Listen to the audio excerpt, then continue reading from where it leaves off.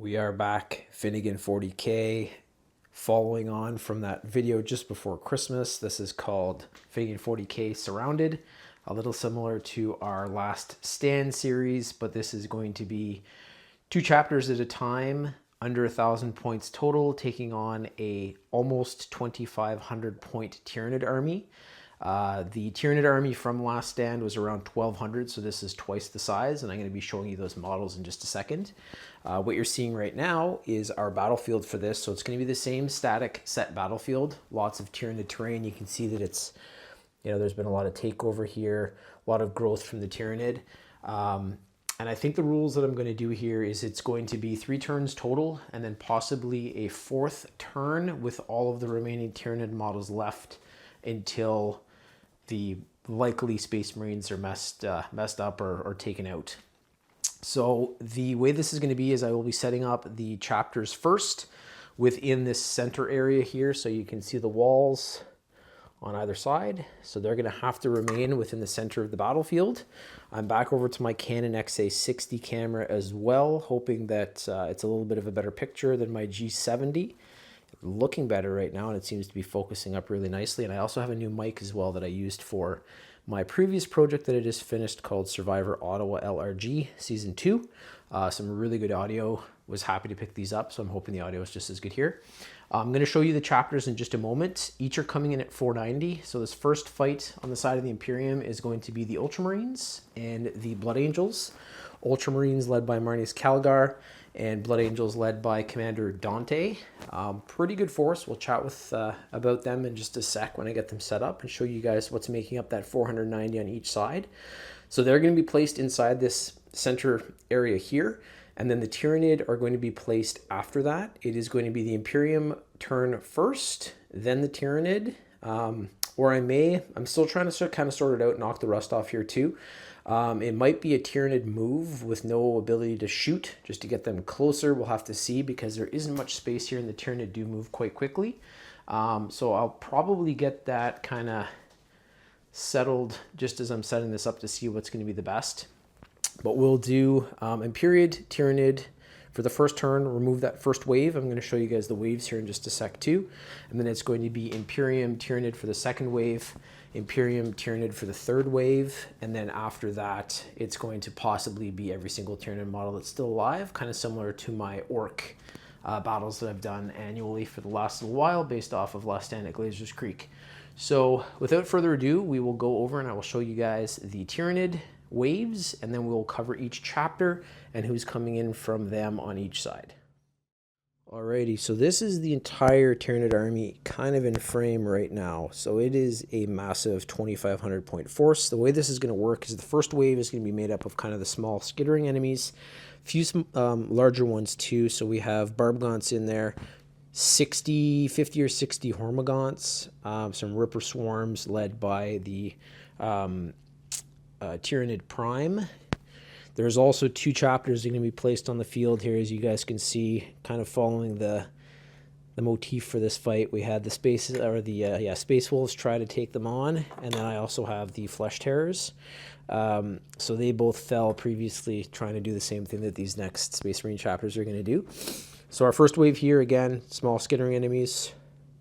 Back here, we have kind of the more medium size, so that's going to be led by the Swarm Lord. I worked this out too. I know in the initial video I said that Swarm Lord might be one of the larger models. I think this makes better sense. Ravener models, we have Pyrovore, Von Rhin's Leapers as well. And then on the back line here, the final wave is going to be very large enemies. Norn Assimilator, we have the Malceptor, Haruspex, Tyrannofex, and then we have 2 Screamer Killers. So if anyone survives this by some miracle, it's going to be insane. Our first force is going to be made up of a pretty good mix of hand-to-hand combat and range.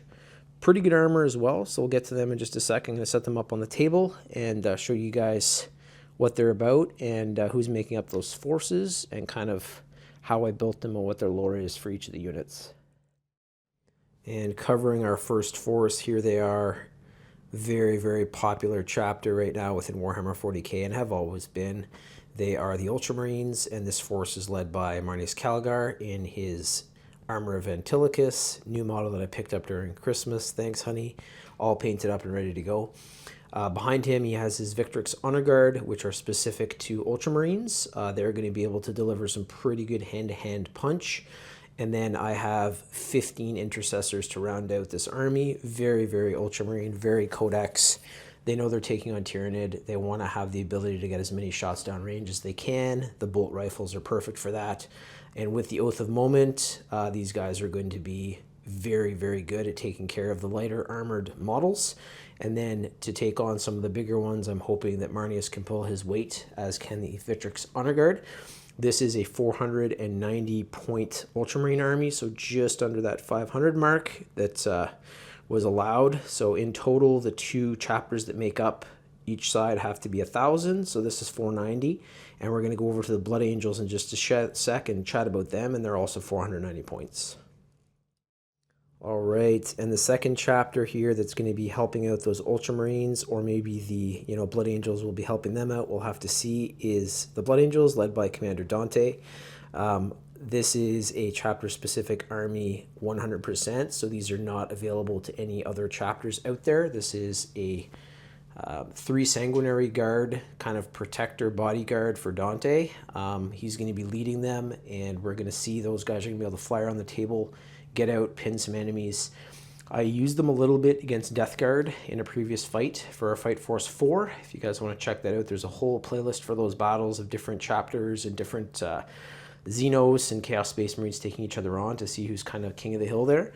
And they were okay. I used them a little too quick. They flew down the field and kind of got separated and were fighting on an island by themselves. But now that I know that, I'm going to try to keep them tighter to the rest of the unit and really, really fight. Another pretty good hand-to-hand punch. And with Dante in there being able to support them, I think it's going to be a good go. And then the Death Company Marines, I only use the bolt gun variant. They do have an assault intercessor variant as well. These guys as well have that ability to lay down a lot of fire with those bolt rifles. They have a little bit of extra kit too, so there's infernal pistols and stuff that are open to them. The big thing with these guys though is they do have a feel no pain ability, and that feel no pain ability gives them a save after they may have lost a wound.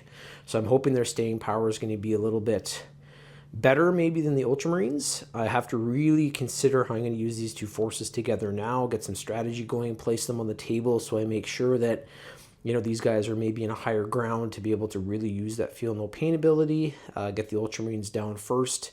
But since they are going to be placed first on the field, I can then place the Tyranid to whichever side I want. If I want to have all of my Tyranid to one side of the table or not, I can do that and just really overload. So I have to make sure that I'm creating a pretty balanced force here for the Imperium models to give them a shot. And also for this, I just want to say, and I know I've said this many times, I'm not huge on all of the crazy 40k rules. This is going to be a really peeled back game.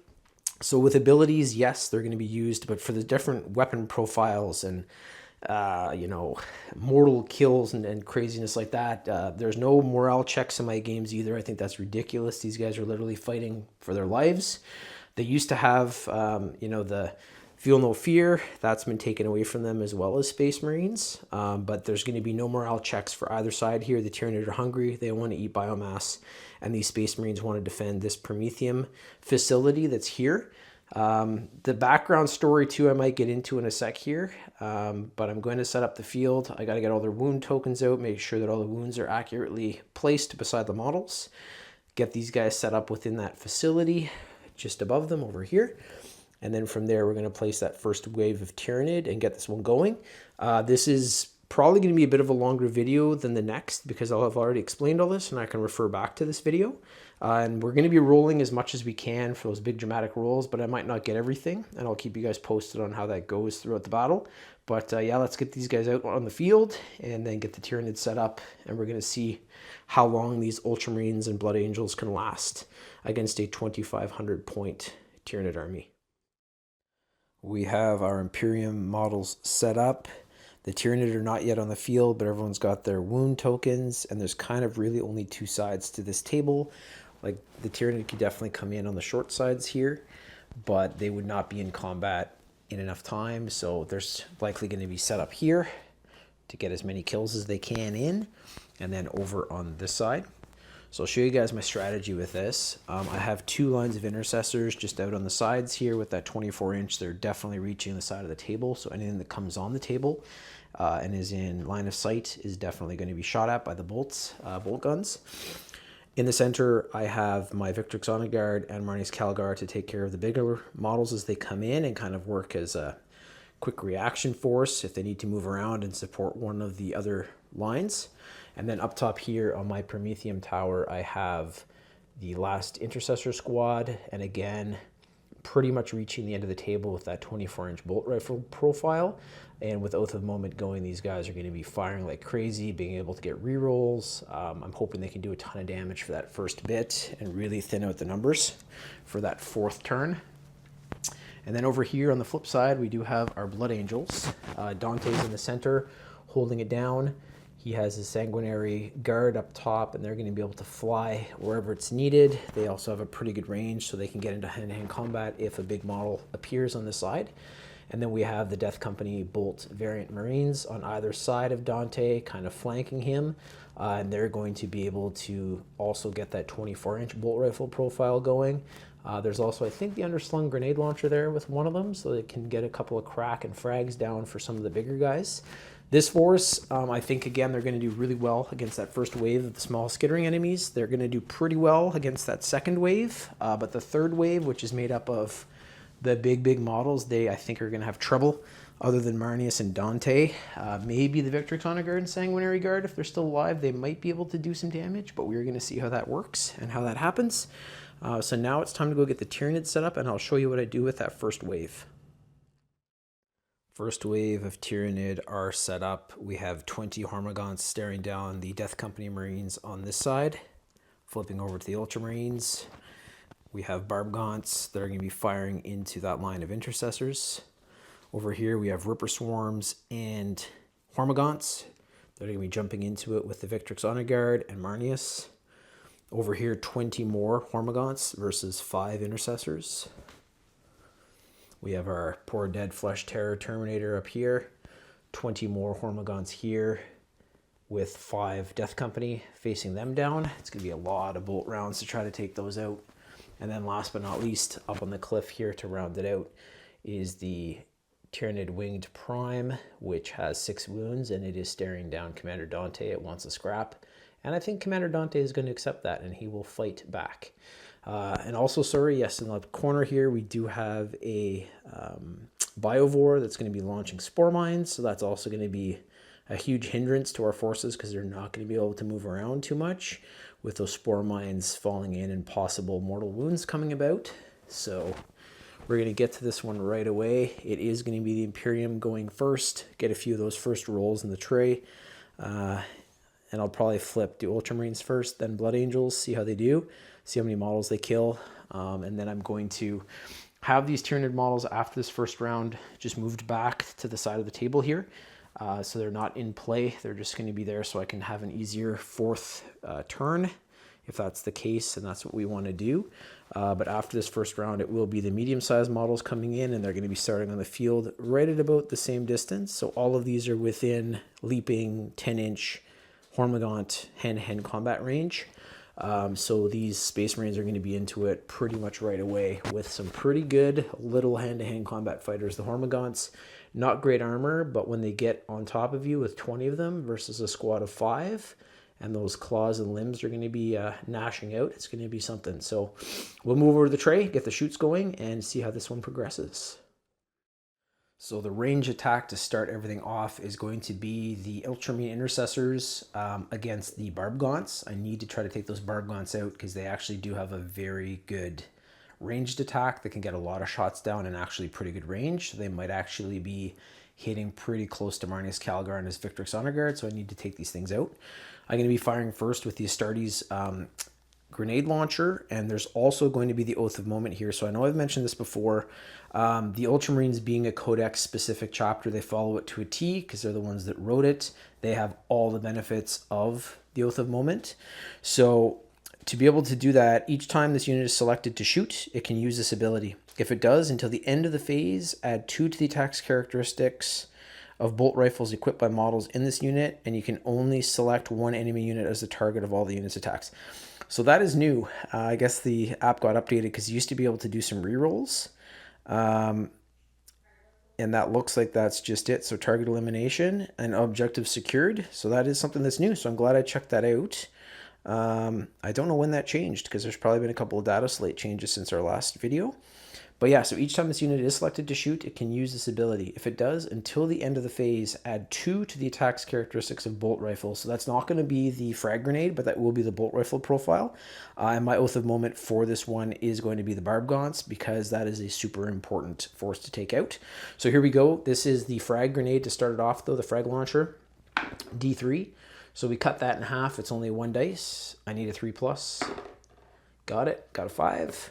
It is strength 4 versus the barb gaunts toughness 4. So this is going to be 4 to wound. And definitely got the force. There it is. So now we're going to be saving with the red dice for the Tyranid. There is no AP, so armor penetration for this. So it's going to be a regular 4+ save for the barb gaunt. Didn't save it. So that's 1 damage as per the frag. I'm just going to go over and flip the dice. So one of the barb gaunts is down to 1 wound. Very good start for our intercessors. And now we're moving on to the bolt rifle profile. I just want to see my sergeant. I'm pretty sure I gave him a bolt rifle as well. I did. So that is really good because I'm going to get those additional 2 attacks. So here we go. They haven't moved either, so they're going to get the heavy benefit, which changes their ballistic skill from a 3+ to a 2+, which is going to be crazy. I just want to make sure again, because this is new. So each time this unit is selected to shoot, it can use this ability. If it does, until the end of the phase, add 2 to the attack characteristics. All right, so this is going to be insane. They usually have 2 attacks with the bolt rifle. This is going to be 4, so it's going to be 8 attacks in total, because I already used more than that. It's going to be 4, 8, 12, 16 attacks. Holy crap, that's something. So there's 8, 10, 12, 14. If you guys know when that rule changed, let me know, because that kind of caught me off guard. As you can tell, I've read it like three times. So we're looking for 2+ here, and this could shred the barb gaunts apart. So let's see how this goes. All have fired except for 1. So back in the day with the Oath of Moment, as far as I remember, it was you could like re-roll your ballistic skill roll, like your first one, and then add 1 to the weapon skill, something like that. But it looks like they've just added 2 additional shots. So here we go. So these are all through. It is a strength 4 weapon versus that barb gaunt's toughness 4. So this is going to be forced to wound. This might be harder to roll. Yep. So back in the day, I think we were able to either add 1 to these dice or re-roll. I guess that was becoming too crazy because that is quite an insane ability, but this does give you multiple extra shots as per the bolt rifle profile. So these are all through. Since there's so many dice, I'm just going to use these as the save. With the bolt rifle, there is a -1 to AP, so it's a great Tyranid killer. This makes the barb gaunts have a 5+ save. And that's a pretty damn good roll by the barb gaunts. So 1 is dead for sure. Another one is wounded, so I'm just going to hop over and flip those around. So that 1 barb gaunt that had a wound left is dead. And then another is down to 1 wound. I also have to kind of keep tracking these guys as we pull them out because I want those waves to look intact when we put them back out again. Apologies too, I have my little button mic hanging on my hoodie string, so if you guys are hearing it kind of bang around, I apologize. So these 2 were not saved. These, however, all were. There's no re-rolls, there's no twin length, so those were saved. Very good rolls by the barb gaunts. We have killed 1 model and wounded another. I'm going to get going with the rest of the shots here. I'll do them off camera, and that's going to be the intercessors and Marneus Caligar versus the Hormagaunts. And then if I want to do a movement with the Blood Angels, I might do that, but we'll finish the Ultramarines first. Then I'll come back and show you guys what's happening on their side, and then we'll flip over to the other side and see how the Blood Angels are doing. So before I show you guys what's happened during the shoot, I needed to get Marneus Caligar around here with his new armor all polished up and good to go. The Victrix Honor Guard have fantastic like bolt rifles, bolt carbines, I guess. They're like master crafted and they do a ton of damage. So I'll show you guys what they're able to do. Not a bad round in general. Show that to you in a sec, but let's get Marneus going here. So he does have the Gauntlets of Ultramar still. They do have the twin-linked ability, and just to explain that, so in their profile are known as twin-linked weapons. This is what twin-linked is. Each time an attack is made with such a weapon, you can re-roll the attack's wound roll. So that's not the first roll, that's your to-hit roll or your ballistic skill roll, whichever you want to call it. Because Marnius is the chapter master of the Ultramarines, he does have a 2+, so I'm hoping he's going to be able to get that. The Space Marines have been rolling actually quite well. So yeah, again, I'll show you that in a sec, but let's get this going. So these are the Gauntlets of Ultramar, hitting on a 2+ for attacks. Oof, that was a close one, but we have 2, 4, 4, 5. Those are all through. This is where we can re-roll. So it is a strength 4 versus a toughness of 2 with the Ripper Swarm. So this is going to be 2s to wound. All of those are good, but let's say this had rolled a 1. I would be able to re-roll that with the twin linked and then pick up a 4. All of them are through though.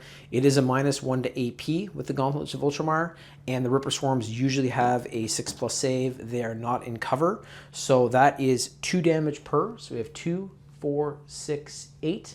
Marnius by himself would have been able to take out 2 of the Ripper Swarm bases, but he killed them outright ×2, so he just pumped them full of holes. And with that, actually, the Ripper Swarms are completely wiped out. I'll show you guys the aftermath of the Ultramarines shoot in just a sec, and then we flip over to the other side of the table and see how the Blood Angels do. There he is, Marnius Caligar, the commander of this force. They are completely surrounded with waves and waves of Tyranid coming in from the surrounding valley. They're doing the best they can to last as long as they can. So the Victrix Honor Guard and Marnius were able to take out the Ripper Swarms. Oh, I forgot where they're at. Wound tokens there, so I got to make sure that that's there. So Ripper Swarms are completely finished. Over here we saw on the tray, this is where the battle started. We had the Intercessor Squad here firing into the Barbgaunts. They were able to kill one of the Barbgaunts and then wound another. So there's one at the back there down to 1 wound. These, however, have a very good ranged attack that can put down multiple rounds. Not the best strength, but against Intercessor Marines, almost perfect. There is some cover there with the wall, so I don't know if that's going to be enough because you could literally just shred the top of those Space Marines, but we'll see. I'll have to check the rules again just to make sure that I'm doing the cover rule properly. Over here, we had these 5 Intercessors and their supporting brothers up here in the Prometheum Tower fire down into these Hormagaunts, and they were able to kill 5 of those models. So that is still a lot of Hormagaunts that are going to be just barreling down on Intercessors. The Intercessors do have quite a good save, but with that many Hormagaunt attacks coming in, we're going to have to see. And I've set up this battlefield so the Tyranid are going to be into it pretty much right away because that is just under 10 inches.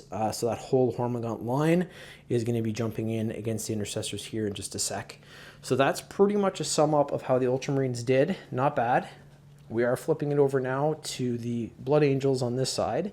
And they also have over 40 models that are going to be facing them. We have 40 Hormagaunts.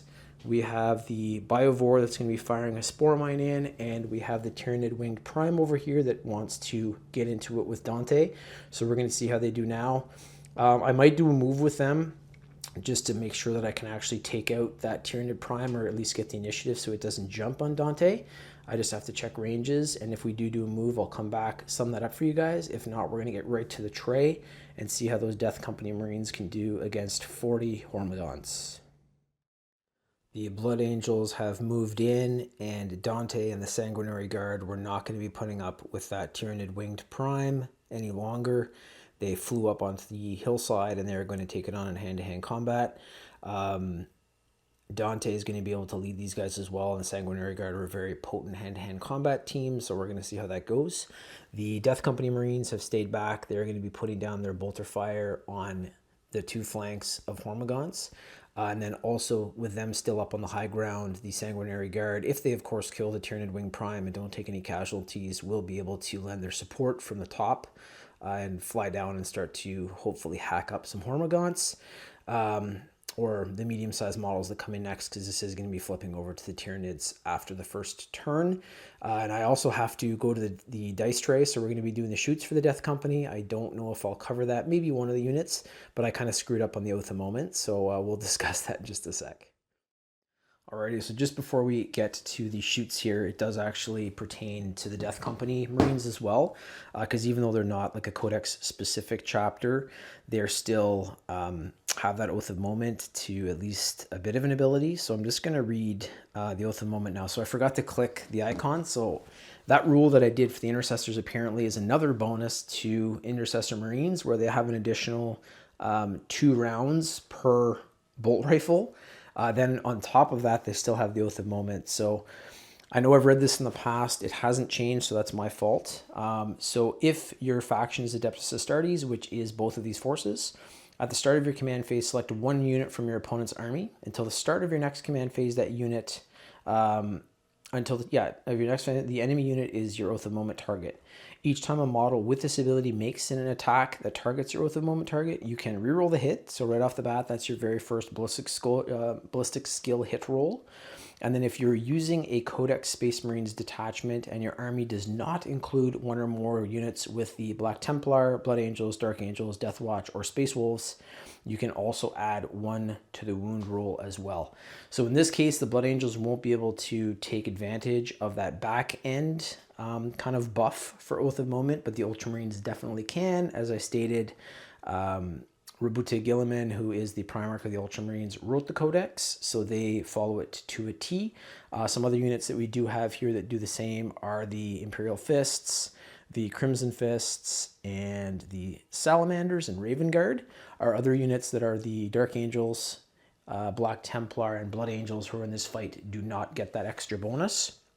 But the Death Company Marines are going to be able to do that, and we are going to see how that goes right now. So they are shooting down at the Hormagaunts. I am going to get one of these on camera. I'm just bringing up the Hormagaunt profile here. So we'll do the Death Company Marines that are closest to us right now. And we'll see how they do with their bolt rifles. They also don't seem to have, I'm just going to check to make damn sure.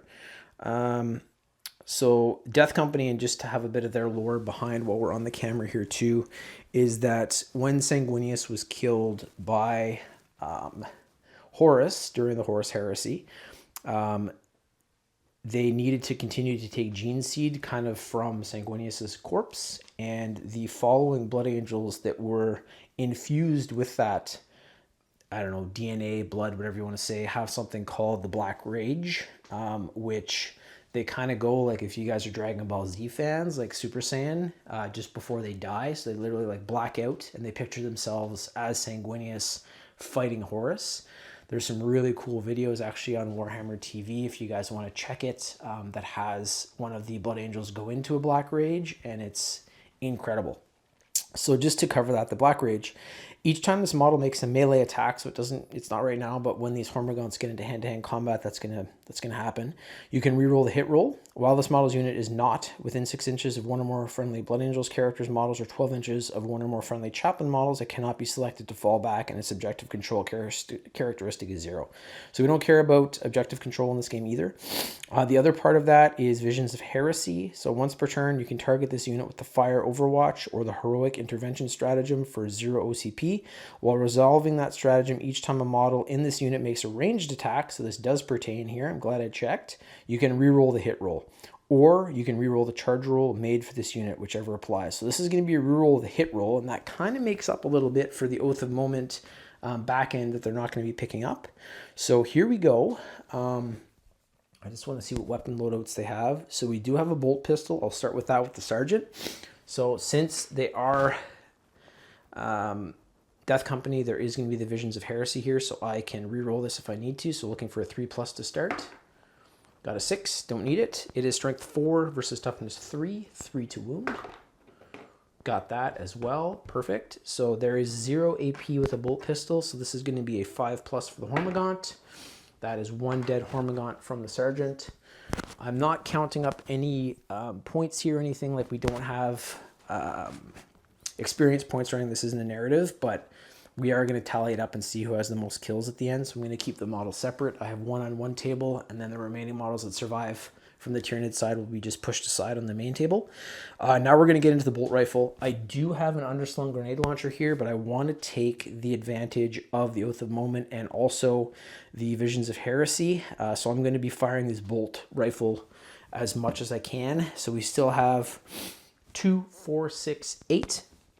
They also get the heavy, so that turns it into a 2+ from a 3+. So I'll just grab the dice. 2, 4, 6, 8.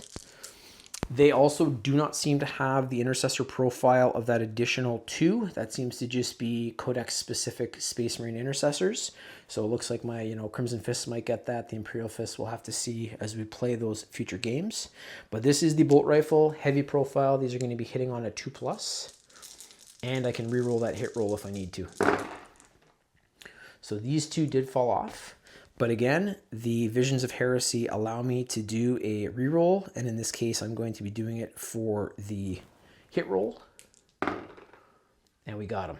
So the heavy profile as well on a weapon is if you do not move, you are able to get a better aim. So like you can picture, even though it's a Space Marine, like the bolt rifle probably weighs like, I don't know, 50 or 60 pounds. So in a human's hands, it would be like impossible to hold up for a long amount of time, but the Space Marines are beasts. So even with them though, like it's chugging along. So if you're running and shooting, or you've done like a run before to steady yourself and calm down your breathing, like it's going to be more difficult to shoot. So that's why that rule exists. I think it's a very cool one. Makes sense with the bolt rifles. So all of these are through. They have, however, not wounded yet. So I need to roll a 3 to wound, since the bolt rifles are a strength 4 versus a toughness 3. So 3's here.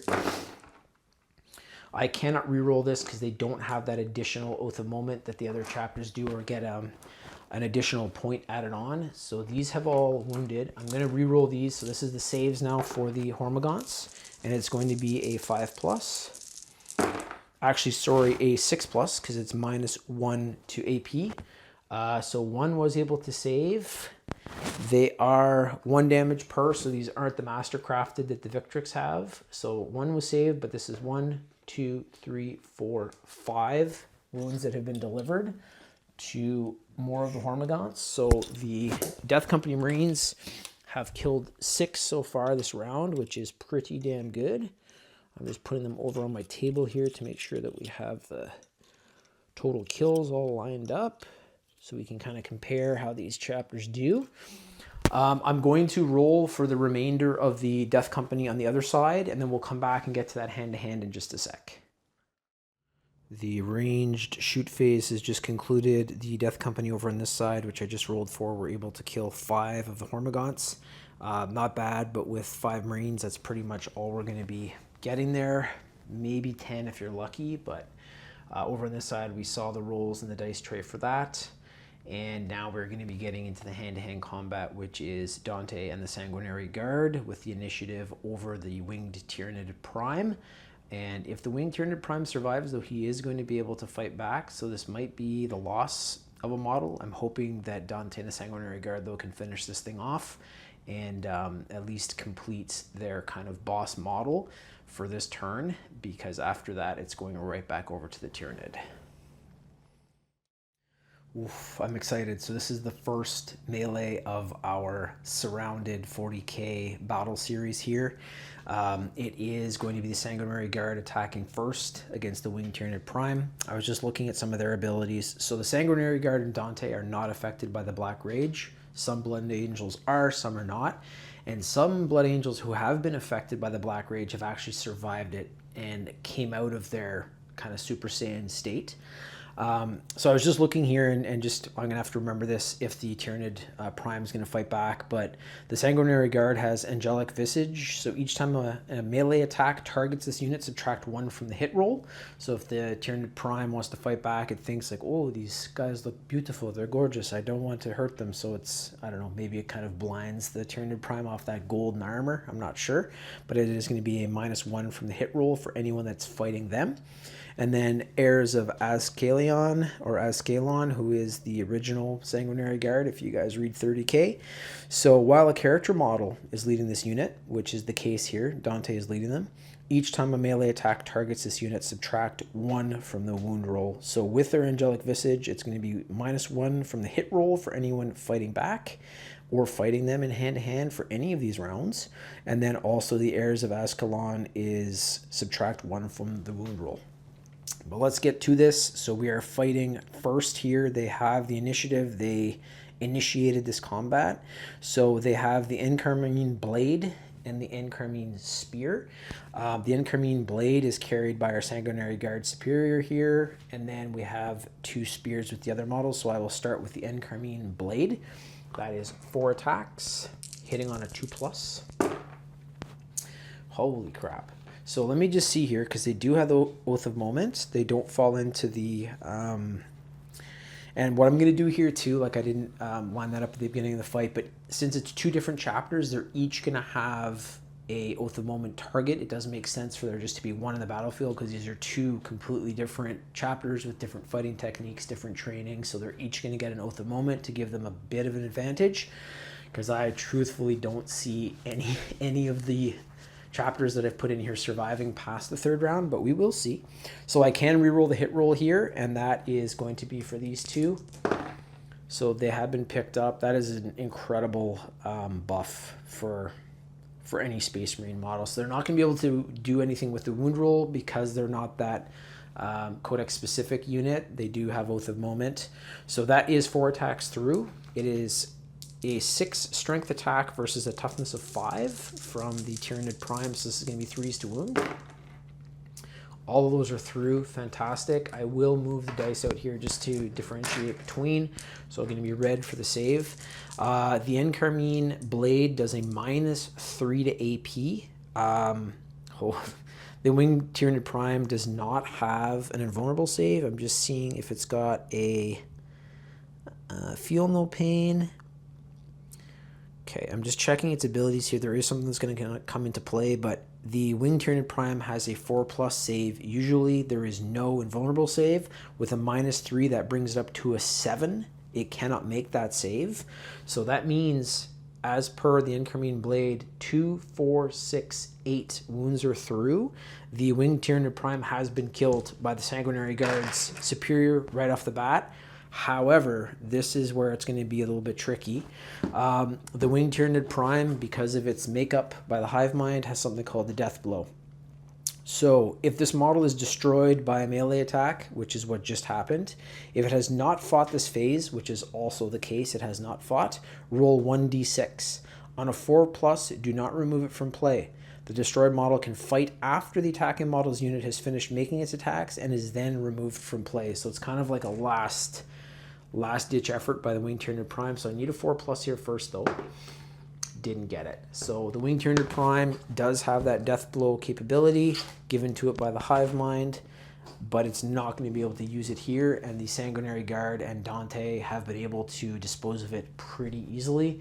Not high enough to do the Death Blow. Now, however, it moves over to the Tyranid, so I will be back and I will show you guys what the almost 60 Hormagaunts, probably down to more like 45-ish, are going to do in this next phase.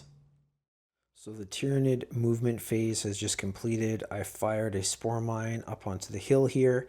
A little tricky for the Biovore this battle because it can't really get anything inside the facility. The rules with the Spore Mines is it has to be 9 inches away horizontally, and I was looking around in there just to see if I could drop it anywhere, and the hillsides are pretty much all there is. So this is where he landed, and he will float 3 inches until kind of the end of the battle. I'm going to keep them in each round too, just creating rules as I go, but I'm going to have the 3 of them if they do get landed.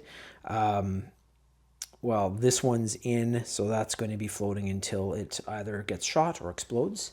More importantly, it looks like our Death Company and Ultramarines are in a lot of trouble. The Hormagaunts have all bounded over, and I don't even know if you guys can see them in there, but they are completely surrounded. The Intercessors here, more worried about the Barbgaunts, and the Barbgaunts also have that heavy ability, so they're going to have some really good shots, as there has been no movement from them this turn. The Victrix Honor Guard and Marnius are also in a little bit of a pickle with 10 Hormagaunts around them. Our intercessors over here are completely just submerged under gnashing teeth and claws from the Hormagaunts. And then our other Death Company over here is the same. Our Angelic Sanguinary Guard with Dante are looking all nice and clean. They just took care of the Tyranid Prime, but they're not going to be able to help their comrades. And then our Intercessor Space Marines, same deal up here. They're not going to be able to shoot down because their turn is over for that. So I'm going to get the Tyranid shoot on camera here. It's going to be the Barbgaunts versus the Intercessors over on the far side of the table. And then we are going to get into the hand-to-hand combat and just cross our fingers and hope that these Imperium models are going to survive this onslaught and maybe deal some damage back. If not, the second round of Tyranid is going to be even more difficult with less models from the side of the Space Marines. So here is the shoot phase for our Tyranid. The Barbgaunts get to go. These things have a very good profile. They're actually kind of perfect Space Marine killers. They have a strength of 5 from their weapon as well against the toughness of 4 for the power armor of the Space Marines. So we are going to see how this goes. They also get D6 attacks to start. So I was really hoping those Intercessors last turn may have been able to kill 2 of these, because right now it's going to be 4 D6 rolls, which is a possibility of, if I get that high, 24 attacks on the Intercessors. So we're going to be using our red dice for the Tyranid. So how this works, you roll your D6 and you see how many shots come from that. So that's not good. That's 6 right off the bat. That's an additional 3. That's 4 and 1. So what we have here is 10, 14 attacks. So not as many as there could be, but that's still very worrisome. So 4, 8, 12, 13, 14, 2, 4, 6, 8, 10, 12. I just want to make sure that I'm being fair here. So this is 14 attacks coming in. They do have to hit on a 4+, so not the best ballistic skill. I'm just checking abilities here too, because stuff may have changed since the last time we were doing these. So in your shooting phase, after this unit has shot, select one any infantry unit hit by one or more of those attacks. Until the end of your opponent's next turn, that enemy unit is disrupted. I don't use those rules, so we're not going to do that. Meh. Okay, so here we go. Looking for 4+. And not a great roll. So this is what happens, and I'm, as I've said many times before, and as you guys can see from my tattoo and my dice tray, I'm an Imperial Guard player, so I'm very used to that 4+. The Tyranid have some great weapon systems, but they have the same ballistic skill, so not as great as the Space Marines, but that's still a lot of attacks coming down. So these have all hit. Now we're going to be rolling the strength 5 versus the toughness 4. This is 3s to wound. Oof, and a very shitty roll there for the Tyranid. So that's going to be good for our Space Marines. So of all those 14 attacks, 3 are through. I'm hoping this is going to be the same that happens during the hand-to-hand combat, that they just don't get those high enough attacks in, or rolls high enough to be able to maim and hurt anyone. So that's 3 attacks. I'm going to switch the dice out here to black so we can differentiate. So this is now the Space Marines save. There is no AP to the Barbgaunts, which is, it kind of sucks. Like if they had a -1, they'd be pretty good. Even maybe taking on a Terminator, that'd be great. But it's 0 AP, so our Space Marines get their usual 3+. And that didn't really matter. So there was a 4 rolled, so that's saved. We needed 3s, so that's a 1 and a 2, not high enough. So we have lost an Intercessor Marine. The Intercessors have 2 wounds apiece. So our Blood Angel Marine has been taken out. Just going to put him on the table. So from that we have, I don't know, around 20, probably 25, 20 models for the Tyranid against 1 Intercessor so far. So this kind of shows you the strength of the Space Marines and how they're built in this game. What I'm going to do now is we're going to start rolling the hand-to-hand combat. It's going to be a lot of rolls for the Ultramarine side. I think I'll probably get the Hormagaunts versus the Victrix Honor Guard for you guys, but I'm going to roll the other fight there, the 5 Intercessors versus the almost 20 Hormagaunts separate, and then we'll see how this all looks at the end, and I'll come and sum it up after we're done, and then we'll flip back over to the Blood Angel side and see if they can survive the onslaught. You know what? Fuck it. We're going to get the entire thing here because this is insane. So I just counted up the Hormagaunts attacks. They have 3 melee attacks per. There are 15 models, so that is 45 attacks coming in against the 5 intercessors. I don't even know if these dice are going to fit in my tray. Let's see. I need a 4+, but woof. So there they are. I'm just going to sneak on the other side of the tray here to remove anything that's not a 4. Holy crap. That's a lot of attacks. Make sure that these dice are accurate here. Have to do a second look here too, just to be sure I'm not missing anything. There's a 3. There's a couple of 2s. So even with that many attacks, like you're seeing how many are falling off with that 4+, it's a huge kind of force equalizer when you don't have a great ballistic or weapon skill. I'm not saying it's not amazing. Some forces are at 5, like the orcs for their ballistic skill. So I'm not seeing any other dice that are less than a 4 there. So that's how many attacks are through. I'm not going to count them, but there's probably close to 20, maybe more. Yeah, 15-ish maybe. So this is going to be a strength 3 attack against a toughness 4. So once again, this is going to be a hard roll for the Hormagaunts. They need 5s here to wound. And more dice fall off. So this is when you're seeing the Hormagaunts are tiny creatures. They're trying to penetrate through power armor with their claws. There's a lot of them, but those saves are going to be pretty big, and we need 5. So anything that's not a 5 is not high enough. There's still a few, and they do have a -1 to AP, so we're going to see how this goes. There's a 4. I'm just trying to get the dice on the proper side. Their colors as well, red and black. All right, so those are all 5s or 6s, which is what happens here. So when you guys are doing hand-to-hand combat, the weapon skill is your roll to be able to hit, and then the strength of that is the strength of the enemy. In this case, it's their Hormagaunt talons. So strength 3, toughness 4, that is harder to wound. So you have to up that by 1, which makes it a 5+. So I'm going to just use these dice for the Space Marines. This is still, from our 45 attacks, though, 2, 4, 6, 8, 10 have gone through. So 35 have fallen off from that. And it is a -1 to AP, so that brings our Intercessor Marines up to a 4+, because they do not have an invulnerable, so we need 4s here to save. And that's a 1, so not a great save. They don't get any bonus stuff either, so we needed 4s. We had a 5, a 6, a 4, and a 6, so these have been saved by the Intercessors. So I'll take them out of the tray. And then these are our wounds that have been allocated. So we have 1 dead Marine, 2 dead Marines, 3 dead Marines, because it is 2 wounds per model. So from that Hormagaunt attack, 45 attacks came in.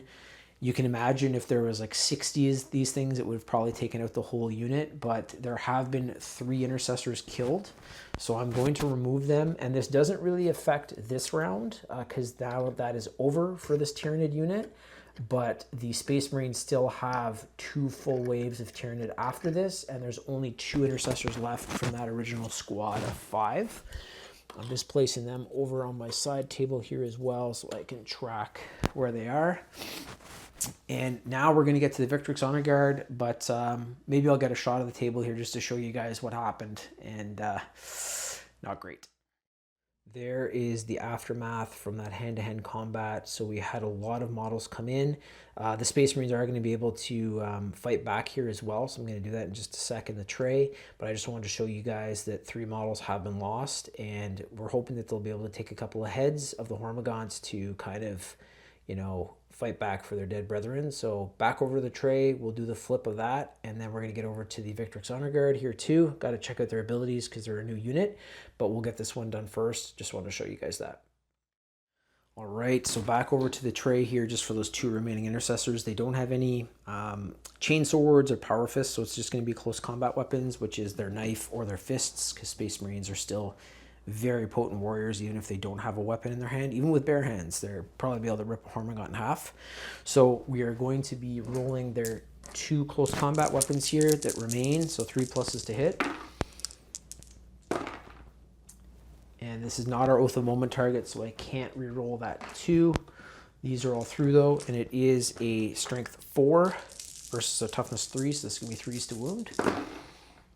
And 1 has fallen off. There are, however, 4 Hormagaunts that have been put into trouble. So 0 AP, it's going to be the 5+ saves for the Hormagaunts. This is their save. And fuck, they're rolling well. So 556. There has been one model killed during the rebut, and I'm going to remove that model right now to make sure we are tracking.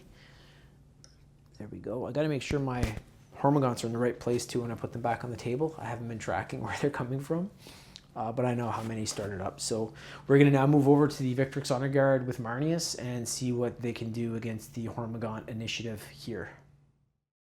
So back to the tray. I know we're in there quite a bit. I'm going to try to break this up. This is actually a longer battle than I thought it was going to be, but it's not bad. It's really cool to see how these guys are doing, and it's just going to be 3 turns. So hopefully not like a 2-hour video, but you never know. So I was just checking here to the Victrix Honor Guard are a new unit to the Ultramarines, and they do have something called the Ultramarines Honor Guard. So while a captain or chapter master, in this case the chapter master is Marius Calgar, so this pertains, is leading this unit, each time an attack targets this unit, subtract 1 from the wound roll.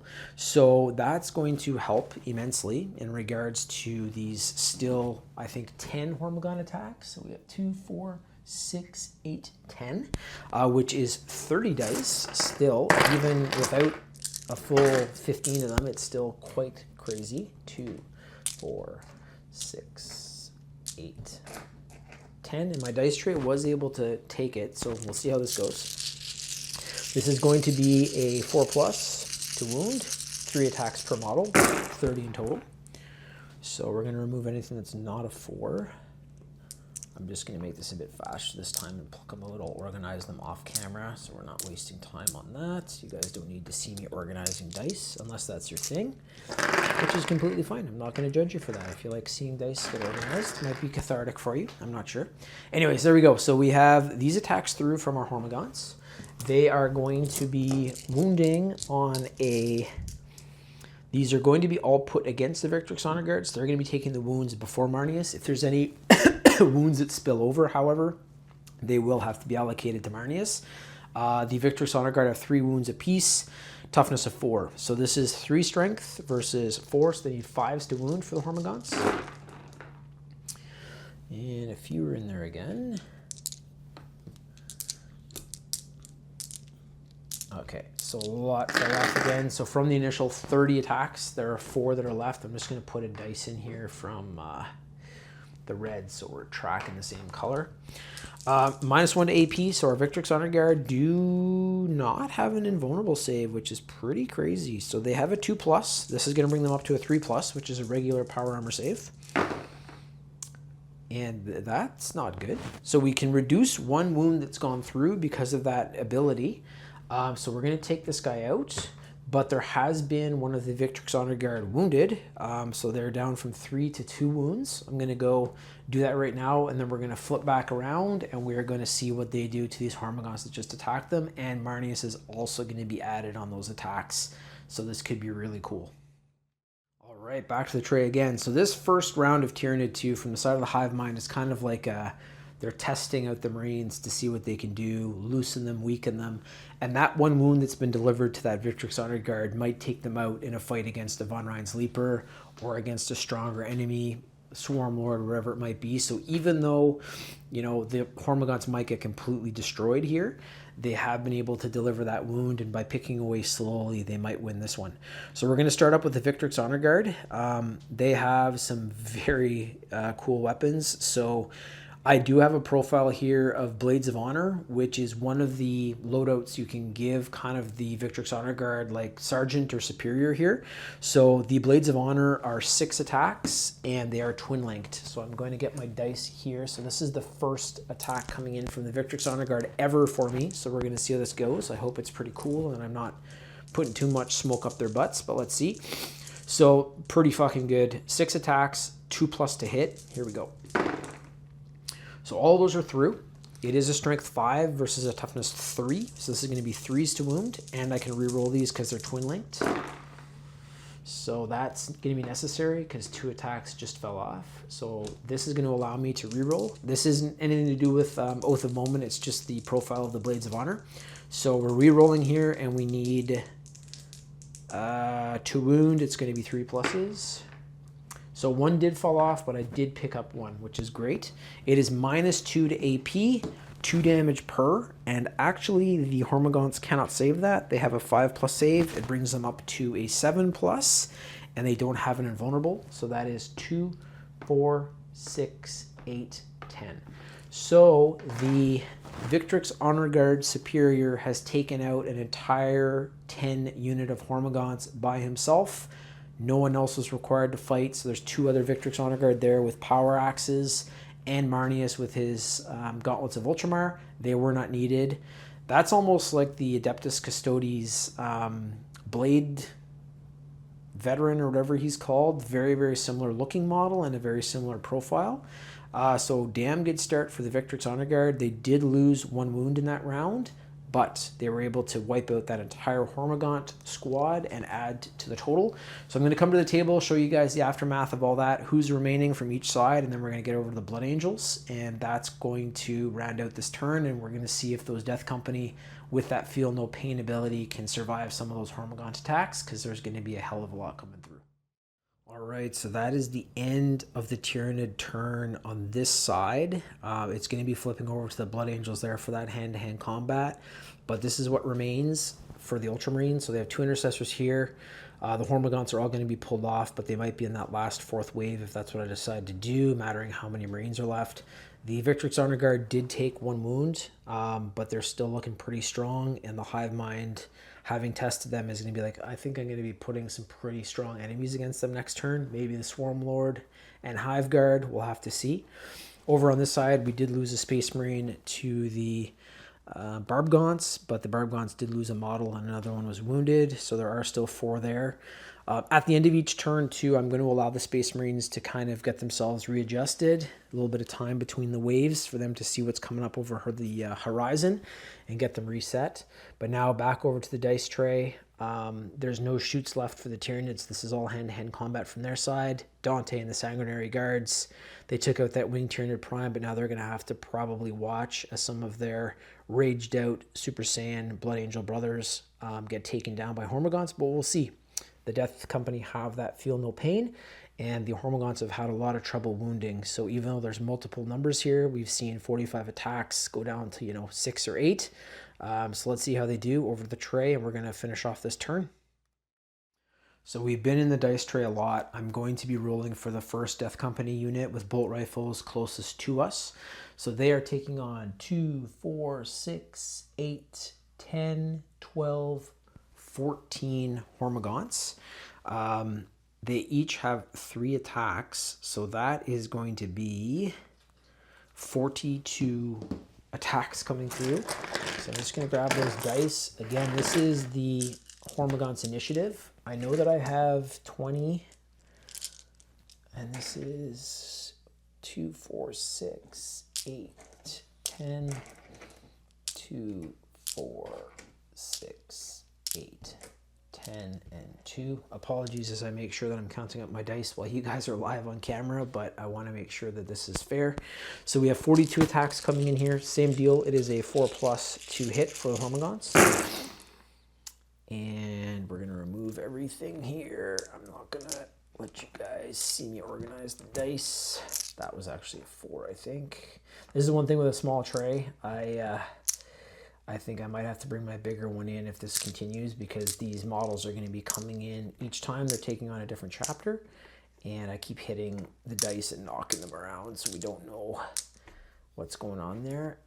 So there we go. Those are all through 4+. Strength 3 versus toughness 4, so this is going to have to be 5s to hit.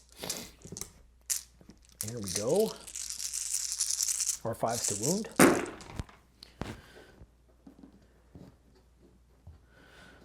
And some more have fallen off. This is a little bit easier to manage. I can pluck these out pretty easy. There we go. So those are all 5s and 6s. So it is that -1 to AP. That's going to bring our Death Company Marines up to a 4+, but they also have that Feel No Pain ability, which gives them a 6+ after any saves that are not made. So here we go. So there's actually quite a few that are going to have to be Feel No Pained. So 4, 6, 6, that's good to go. Those are saved. These are not.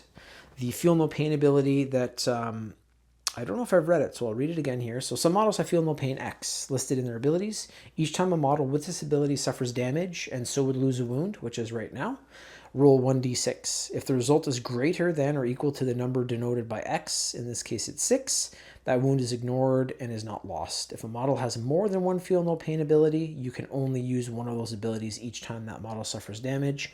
They only have the one. So these dice here, if I get a 6, it's been saved. And I did pick up 1, so that's fantastic. These, however, are through. We've lost 1.5 Death Company Marines. They have 2 wounds apiece. So I'm going to pull them from the table, and then we're going to get their rebuttal when they fight back. But they have lost a Marine, and another one's been given a wound.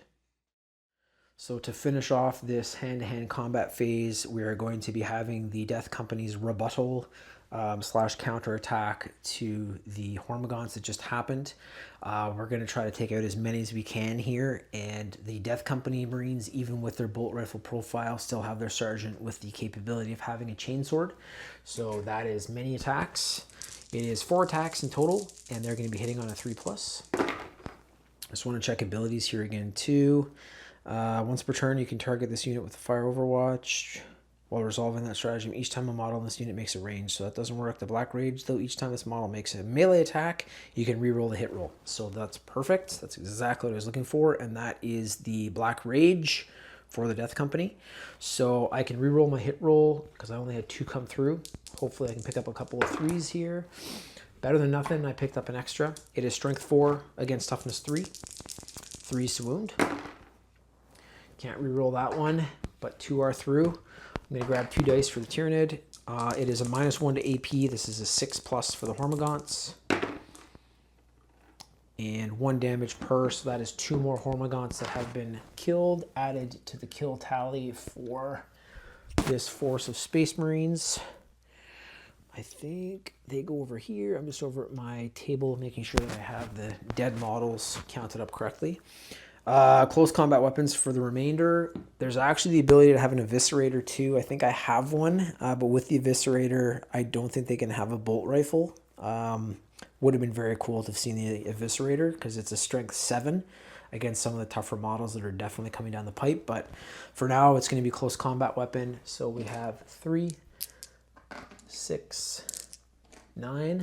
And that's because they have lost a Marine. So there's only 3 remaining Marines left with the close combat profile, hitting on a 3+. They can re-roll these as well because of that Black Rage. Picking up the rules as I go here. I have not used Blood Angels to this extent in quite a while. And 1 fell off, but I picked up 2 more, which is great. So this is strength 4, toughness 3, 3's to wound. Can't re-roll that. Quite a few fell off. That's a lot of dice to pick up, so I'm going to use these for the Tyranid save now. So that's 6 pluses for the Hormagaunts. And 1 definitely saved, but 4 are dead. 1, 2, 3, 4, 2, 2, 5, 5. Not high enough. And they only have 1 wound apiece, the Hormagaunts, so that is 4 that are dead on top of that. 3 and 4. And I'm going to roll the other Death Company Marines off camera, and then we'll come back, sum up the entirety of the first turn, and then move into the second turn. And that concludes turn 1 of our Finnigan 40K surrounded battle game. The first one we have done. Very cool. Hope you guys are enjoying it. I know I definitely am. So yeah, the Space Marines did super well that first turn, but I knew they would. Like, I think every single chapter who's in here is going to do very well against the skittering enemies. Just to sum up what happened there at the end. So this Death Company unit was attacked by 45 Hormagaunt attacks. The Hormagaunts did not roll well, and they literally took no wounds, no models. And the Hormagaunts then received a huge wallop to the face after the Death Company did their counterattack, and there are only 5 Hormagaunts remaining. On this side, we saw on the camera, there was a couple of casualties there. 1 Death Company Marine was lost, another lost a wound. Over on this side, the Ultramarines are in pretty good shape. This side here took the most amount of wounds, and there's only 2 left in that section. Victrix Honor Guard wounded, and then 1 Space Marine killed here. And we still have our 5 up in the Prometheum Tower. So what's going to happen here, and I'm going to continue to do these rules, this entire Tyranid force is going to be removed from the battlefield. They're going to just be lined up out here. I still don't know if I'm going to do a 4th turn, because there could be a 5th after that, a 6th. So I think I'm just going to call it after 3 turns. So each of the waves is going to get a shot at this. So I'm going to remove all the Tyranid model. I'm going to let the Space Marines reset themselves. And then I'm going to be basing the second wave of models against what the Space Marines do to line up. Kind of like a, I don't know, a surprise attack. The Tyranid have been like, I don't know, under the ground in caves. So then they just pop out nearby and start to attack. I will show you guys the casualties from that first round for the Tyranid. So this is it here. We have a Barbgaunt dead, tons of Hormagaunts dead, almost 3 full units of them. The Tyranid Prime and the entire Ripper Swarm section. The Space Marines took this amount of casualties, so we have 4 Marines that are dead from the Ultramarines, and we have 1 Death Company Marine. That was after the Feel No Pain, still didn't make the save. The second wave of Tyranid coming in is made up of a ton of Von Ryan's Leapers. We have the Pyrovore, we have Raveners, we have Hive Guard, and we have the Swarm Lord. So that is going to be a very tough order to fill, and I'm going to be making sure that these Tyranid are within hand-to-hand combat range almost immediately. So the Space Marines are going to be able to get that first shoot or their initiative for hand-to-hand combat, and then it's going to flip right back over to the Tyranid. It is a big football day today, though. It is the NFC and AFC Championship games. We're going to see who makes it to the Super Bowl. So I think I'm going to call it after round 1 for today. Might come back tonight. We'll have to see. If not, we will do the second round as soon as I can. And when this is all edited anyways, it's not going to matter. There's going to be like, you know, no break in between. So thank you guys for watching. We'll be right back with round 2. We're ready to get into the second round of this fight. Here we are. Everybody is set up. I actually made a huge error. It might actually have come out the same way, could have been worse. I forgot to check my Blood Angels loadout at the beginning of this fight, and there was actually a 10-man section of Death Company bolt rifle variant Marines. So we're going to say that there are 5 fresh that have come in kind of from reserves, because the entire Blood Angels force is 490 with Dante, the Sanguinary Guards, the 5 bolt rifle unit, and then a unit of 10. As per the 40K rules, you cannot have 3 sections of 5 Death Company, but you can have a 5-man section and a 10-man section. So that's going to give them a little bit of extra punch. I'm just going to cover what the Tyranid brought in this time and where they are. So we have 3 Von Ryan's Leapers here, right across from those Death Company Marines. That lone Spore Mine is still up on the hill from the last round. 3 more Von Ryan's Leapers here against the 4 remaining Ultramarine Intercessors. We have 3 more Von Ryan's Leapers here facing down the Victrix Honor Guard and Marneus Calgar. We have 5 Raveners versus 5 Ultramarine Intercessors. And then on this side, as I mentioned, we have that 10 section of Death Company versus the Swarm Lord and 3 Tyrant Guard. So this is going to be a hell of a fight. It is getting into it right away. I've got some football on in the background, but I thought I'd keep this battle rolling along and hopefully get something out to you guys early next week when this is edited. So yeah, I got Denver and the Patriots on in the background there. See how that goes. I think it's 7-0 right now. Spoiler alert for Denver. But yeah, let's get to this one. It's going to be the Imperium models first. Going to start off with our Ultramarines again for their shoot and any hand-to-hand combat that they might get into. Maybe in the dice tray a little less this round, but we'll see if there's some cool rolls and stuff. I'll definitely be in there. Oh yes, and we have the 2 Intercessors up here that survived. They're originally here last time, so that's 5. The 5 here came out of the tower, and then we have the Sanguinary Guard up top as well with them. So all right, let's get it over to the Ultramarines, and we'll see what they can do. So a lot of the shooting for the Ultramarines here during their turn 2 has already happened. I'll recap that in a sec, but I wanted to get the Victrix Honor Guard and Marneus Calgar up to see how they do against the Von Ryan's Leapers that are right in front of them. The 2 Marines up in the Prometheum Tower were able to shoot down and hit one of the Von Ryan's Leapers and actually take it out. So 3 wounds came about. That ability that they have to add 2 attacks with that heavy buff is incredible. So they were able to kill the Von Ryan's Leaper. And now the Victrix Honor Guard and Marneus are just facing 2 Von Ryan's Leapers. So if there is any hand-to-hand combat, it's going to be quite reduced. The big thing I am seeing though is the bolt rifles of the Ultramarines. They have a toughness 4, and a lot of the models on the table right now are toughness 5 or higher. So that's strength 4, sorry, from the bolt rifles. Having a little bit more trouble, but with the amount of shots that they're able to lay down, it's been pretty good. The Victrix Honor Guard 2, as we saw, they have that master crafted bolt carbine that has the 2 damage. So if they get some really good rolls here, I think that might be the end of this Von Rein's Leaper unit, but we will see. So it is 2 attacks per. We have 3 of them. So that is going to be 6. Actually, I have the one guy with the double swords. So he does not have a bolt carbine. So it's going to be 4 attacks. Hitting on a 2+. And I can re-roll because this is my Oath of Moment target. And those are all through. So they're coming in at a strength 4 against a toughness 5. So this is going to have to be 5s to wound. And I'm still, like I've been rolling quite well on that. That was the thing I was worried about, but I've been getting a lot of 5s and 6s. In this case, 50% fell off, so the 1 and the 4 do not count. Actually, with Oath of Moment, this turns into a 5. So that's 3 through, because since the Ultramarines are codex specific, you get to add 1 to the weapon skill. I don't know if that's 1 per dice. This is a question I've had previously.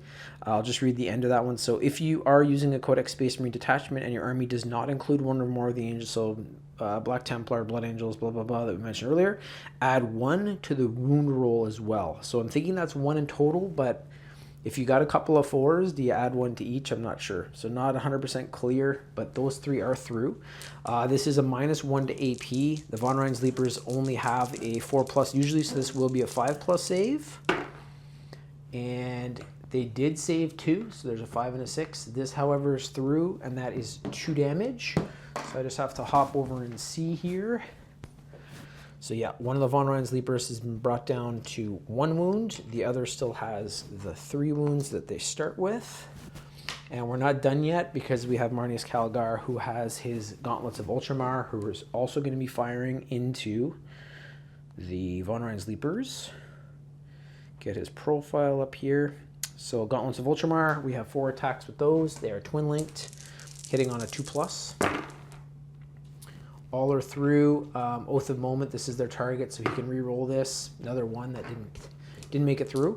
I can re-roll this, and then also I can add 1 because of the Oath of Moment, so another very good re-rolls for the Ultramarines. So this is going to be 5s to wound. I'm going to need that. So this 4 I'm going to turn into a 5 because I have that ability with the Oath of Moment. These 2 I'm going to re-roll because they're twin-linked. And not as great for Marneus. So he had 1 that went through. It is a -1 to AP. The Von Rein's Leaper is going to have to make a 5+ save. It did save it. So Marneus's shot did not go through. If it had, it would have been 2 damage. And that would have killed the Von Rein's Leaper and wounded another. So that is it for the Ultramarines. I will go over and show you guys what happened on the table with them. Alrighty, so this is the sum up of that second turn shoot phase from the Ultramarines. The intercessors here, the 4 that remained from the first turn, were able to bring one of the Von Rein's Leapers down to 1 wound. Those Von Rein's Leapers are going to be jumping into hand-to-hand, and since there are still 3 of them, that's going to be 18 attacks, I believe, so we will see how that goes. This is the one that we just saw on the tray. There was 1 Von Rein's Leaper killed, another one is down to 1 wound, and that was also done by the 2 in the Promethean Tower here, firing down and killing one of the Von Rein's Leapers and the other being wounded.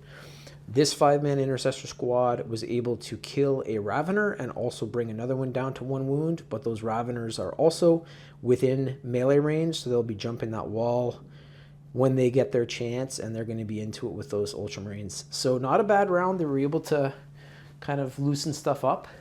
The Blood Angels now, though, with that mistake I made, have a almost full section of Death Company there. They have a very tall order to fill, though, with the Swarm Lord and the Tyrant Guard.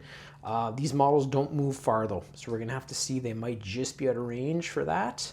And that's the rules here. So, you know, I could have put them up on top here. I think it still would have been a little bit far to jump down, but we'll have to consider that when we're playing with the big models later. And then over here, we have another healthy 5 section of Death Company with the Von Rein's Leapers here.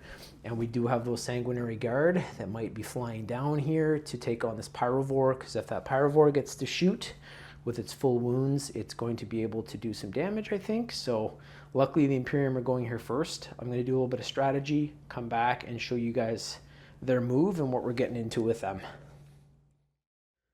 Blood Angels movement is done. Once again, Dante and his Sanguinary Guard have flown in to take out what is on top of this flat top rock. It is the Pyrovore in this case. They did not want it flaming down on their troops, so they're going to try to take it out hand to hand. Last time they did very well, so that's definitely a possibility. The 5 section of Death Company here are going to fire into these Von Ryan's Leapers. They have not moved. They're going to get their heavy bonus and try to finish as many of these as they can before they get into hand-to-hand combat.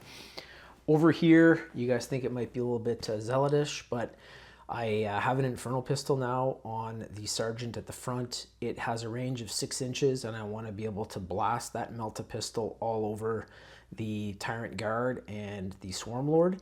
It does probably mean that they're going to be in hand-to-hand combat next phase, but we've got the Eviscerator in there. We've got some chain swords, so I'm hoping that they're going to be able to do some damage and take out some models, because this isn't just about surviving. It's also about who has the most kills. So them being a little bit more aggressive here might put the Blood Angels and Ultramarines on top of the other chapters that are going to come in. So we're going to see how this goes right now. It's over to the shoot phase, which is going to be that entire 10 section, the 5 here, and then we're going to get into hand-to-hand for the Blood Angels, and then it flips back over to the Tyranid really quick. Right into the shooting here. This is the 9 section of Death Company versus the Tyrant Guard and the Swarm Lord.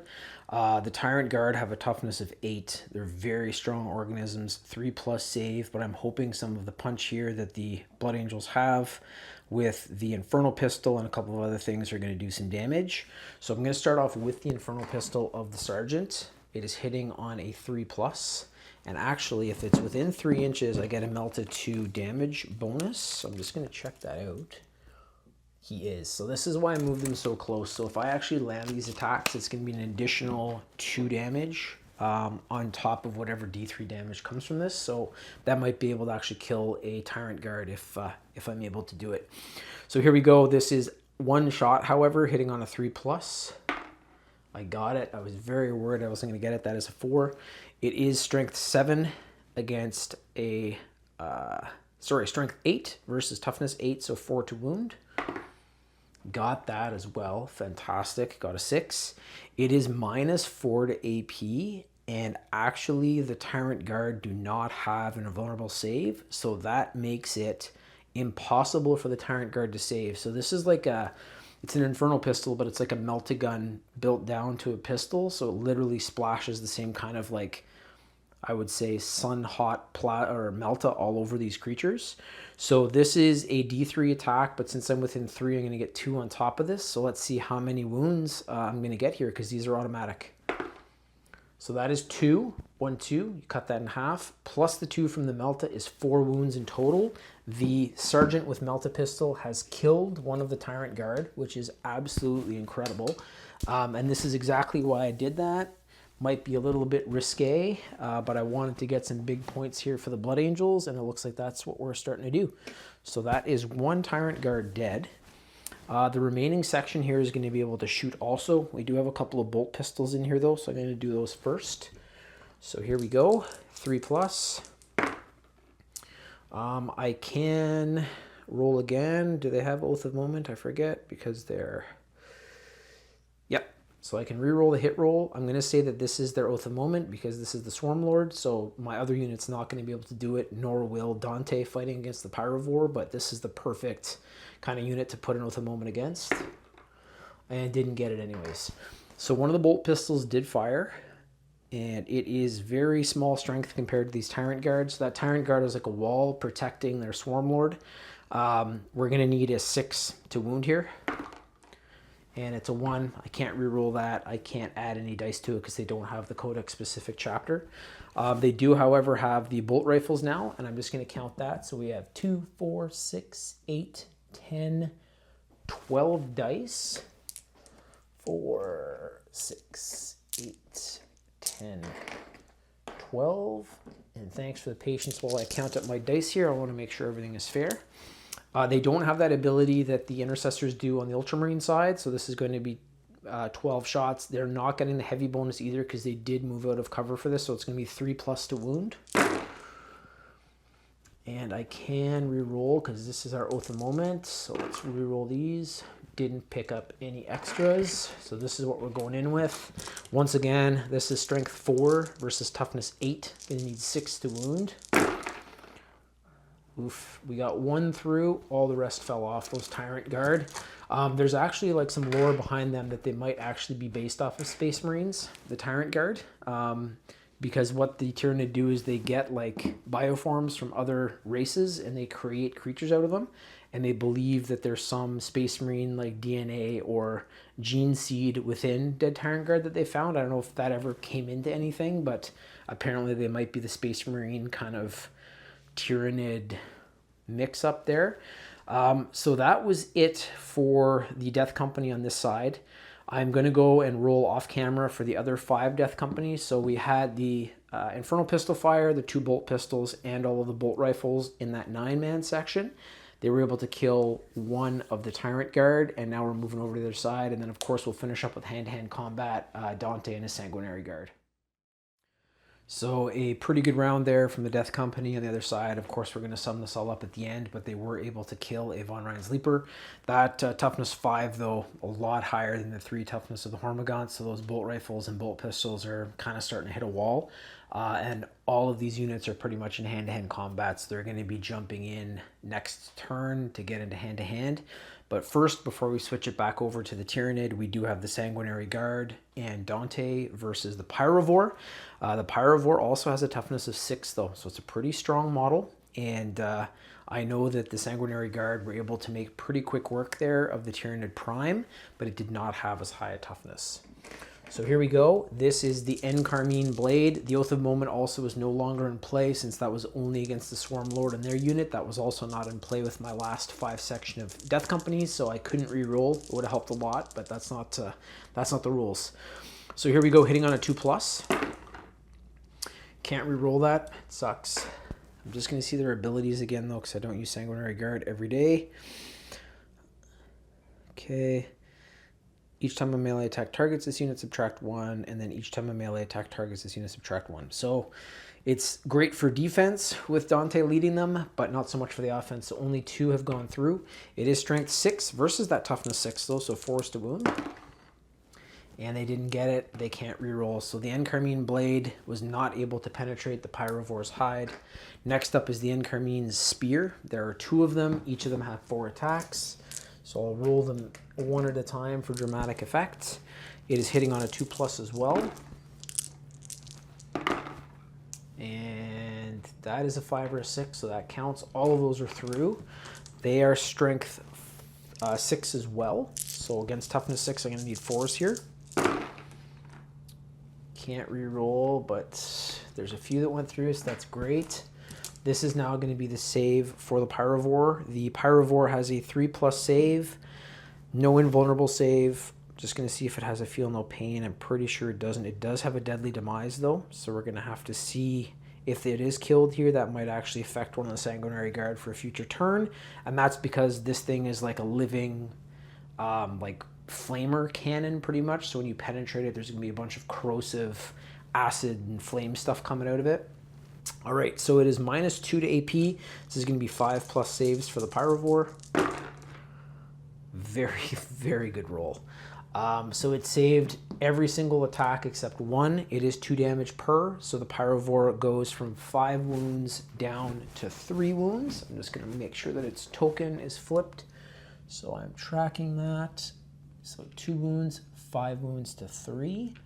It's not done yet, though, because Dante still gets to attack it. And in turn, if the Pyrovore is killed, it is going to have that deadly demise. So I'm just going to flip over here to Dante's profile. And here we go. So this is Dante's first attack in the game. I'm super excited to see it. I've known of Dante for a long time. It's actually the first time I've ever owned his model. I didn't really own too many Blood Angels other than the main Marines. So I know there's been like Captain Tycho and a bunch of guys that have been with them from the start, but I haven't really used Blood Angels characters, just Marines from 3rd edition. So this is the Axe of Mortalis. It is 8 attacks, strength 8, -3 to AP, 2 damage per, incredible weapon. As I stated at the start, lethal hits, stuff like that, I'm not going to be using, so that's from both sides. So I'm hoping it's going to even things up, and I hate all the extra rules trying to track that stuff. Like, I just want to have a good, straightforward, you know, uncomplicated game. So here we go. Hitting on a 2+.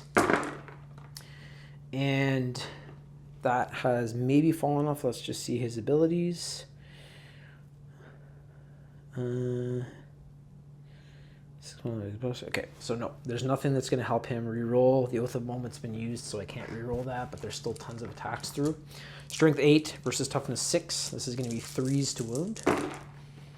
And Dante's been around for a while. He's 1,000 years old, and I don't know, I've always had a feeling that he might be Dominion Zephon, who's a 30k character. You've never really seen Dante's face. And, you know, you'd say, oh no, Dominion Zephon would be like 11,000 years old. He might be, but his time actually out fighting might be 1,000 in total, because they may have put him back into stasis because he was always busted up. He lost all of his arms and legs during the Horus Heresy, and before that had a massive head trauma as well after he protected a human civilian back in the day, a remembrancer. So I've always had a feeling that it might be him out there, and it's the same kind of thing. The jump pack, he might be all bionics too, like you've never seen his arms or his legs, so it might be Dominion Zephon. I'm not sure, and Dominion Zephon always used the jump pack, so I think it'd be super cool if they did that. And then there would be, you know, maybe a couple of 30k Marines that would still be around in 40k, other than the Primarchs. And then there is the Space Wolf that's inside the Dreadnought. I forget his name, but he's another one that's been around since the Horus Heresy. But of course, he's inside a Dreadnought, so he's kind of, I don't know, he's undead in there, I would say. Anyways, let's get back to this. So these have all wounded. It's a -3 to AP that brings the Pyrovore up to a 6+ save. And oof, I think that is it for our Pyrovore. So I just switched these dice around. It was too many to grab from the red. I should have done it because I don't think I just re-rolled twice for the saves. But anyways, we have 2 damage per. So that's 2, 4, 6, 8, 10, 12 damage against 3 remaining wounds.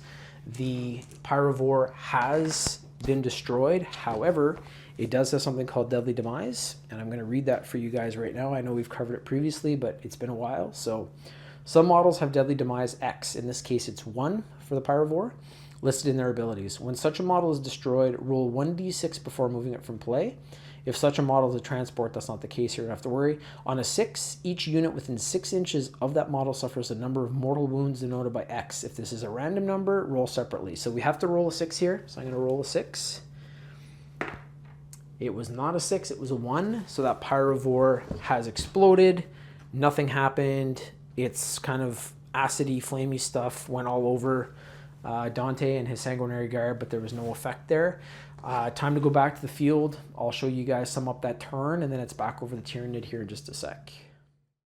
Sum up of the Blood Angels turn 1, a very good turn there by them. So that is it for them this turn. It's going back over the Tyranid, but the Death Company were able to take out a full Tyrant Guard. The Sanguinary Guard and Dante were able to kill the Pyrovore with no damage coming from that Deadly Demise. The Death Company here was able to take out one of the Von Ryan's Leapers. And then I've summed up the Ultramarines. It is now, however, going back over to the Tyranid. We are going to be doing their move. All of these Tyranid are able to get into hand-to-hand combats. This is where it's going to get really, really tricky. There's going to be no shooting here from the Tyranid. They don't really have shoot models other than that Pyrovore that was just killed. So this is going to be a lot of hand-to-hand combat. We will start again with the Tyranid fighting the Ultramarines, and then we'll flip it over and see what happens over here. But first, I have to move them, get a little bit of strategy going in my head, and then from there, we're going to start rolling and see how many of these Imperium models survive. Just like that, the Tyranid movement is done. As I said, there's no models to shoot here, so they have all rushed into hand-to-hand combat. The Intercessors over here, the 5, are going to be facing 4 Raveners with all of their attacks. Luckily here, the Prometheum Tower Primaris Marines fired down and were able to kill that one Von Ryan's Leaper, or the Victrix Honor Guard and Marnius would have been facing 3 of them, so there's now down to 2. This is problematic here. We have 3 full attack Von Ryan's Leapers versus 4 Intercessors. This is another case where there's only 2, so that gives them a bit of a better shot, and those Death Company do have the Feel No Pain.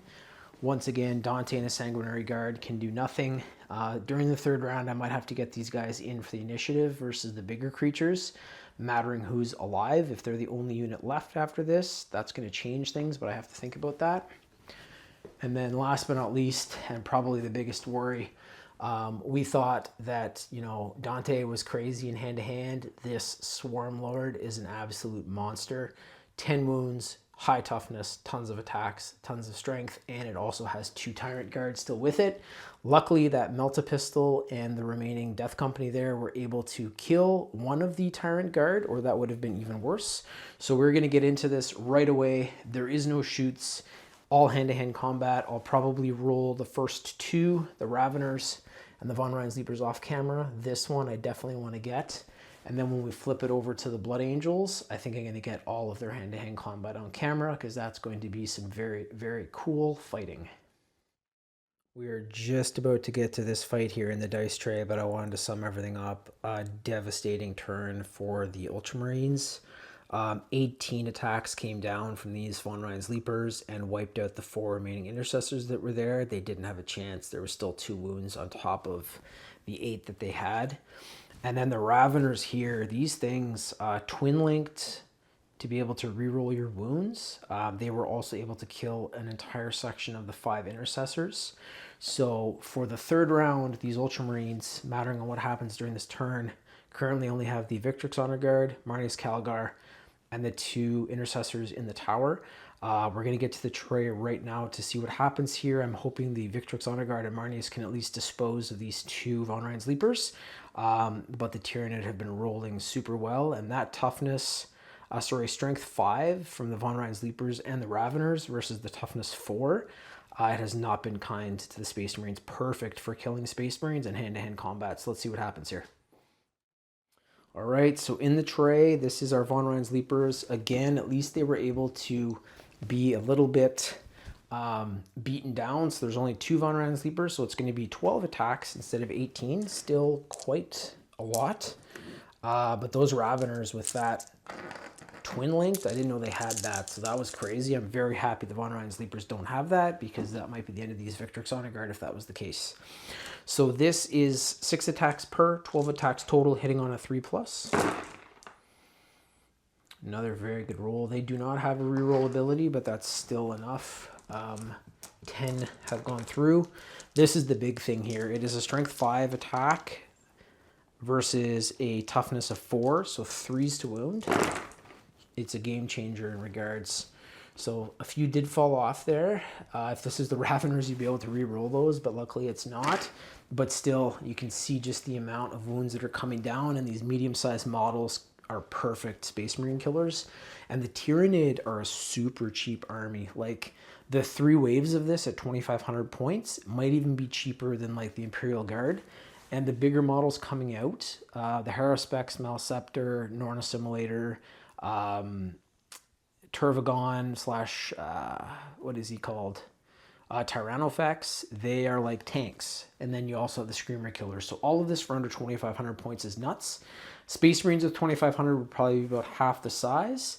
So you'd have to play your strategy really well. But anyways, let's get to this. So I'm just going to reroll these dice for the save. The other big thing about the Von Rhein's Leapers is they have that -1 to AP, which absolutely cuts through the power armor. So that 3+ save becomes a 4+ save. It's almost like they're wearing Imperial Guard flak armor or like void armor for Kazarkin or something.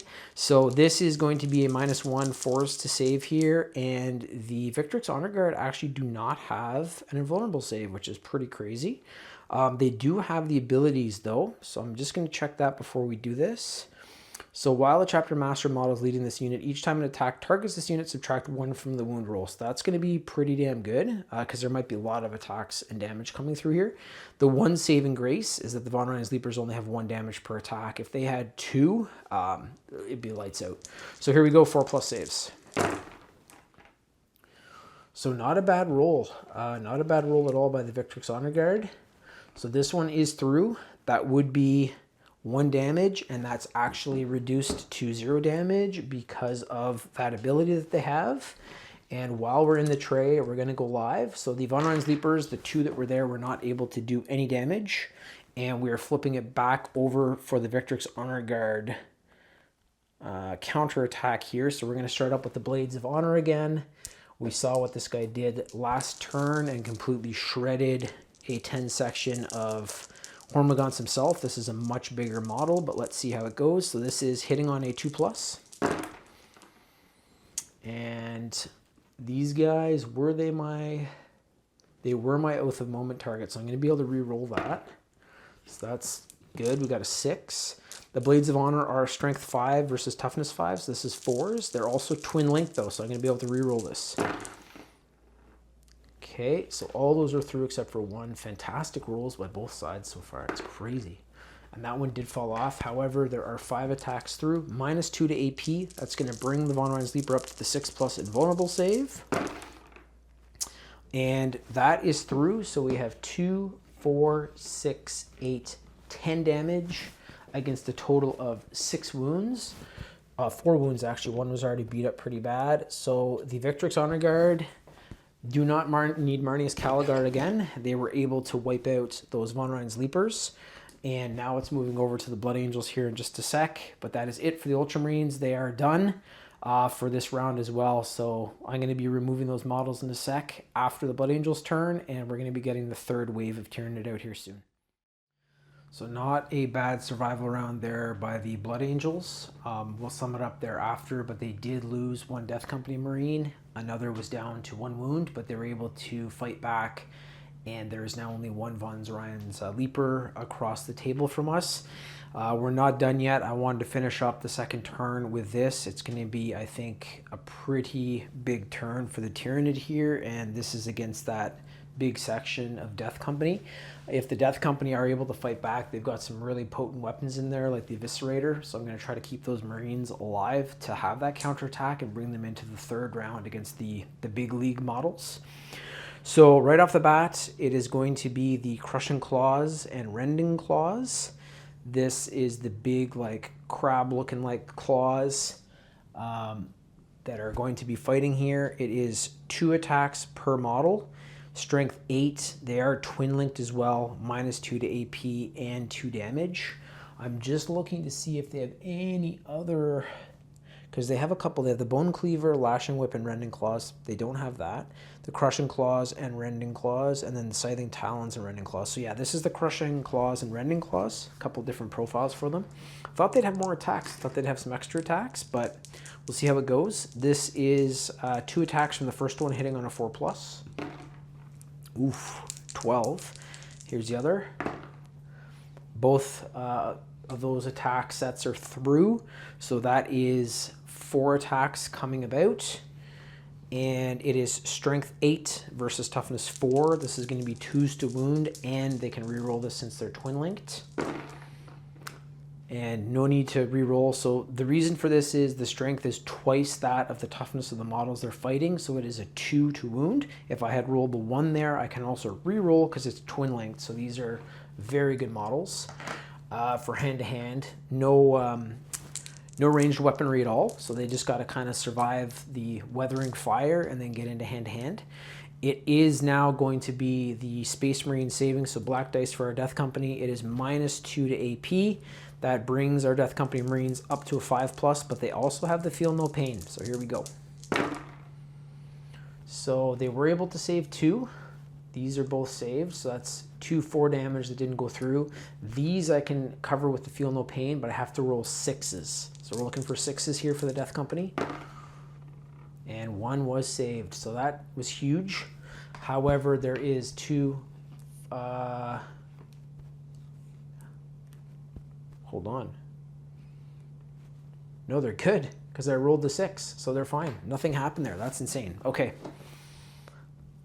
And we are not done with the Tyranid, though. They still have the Swarm Lord coming in, which is also incredible in hand-to-hand combat. It has 8 attacks, also twin-linked.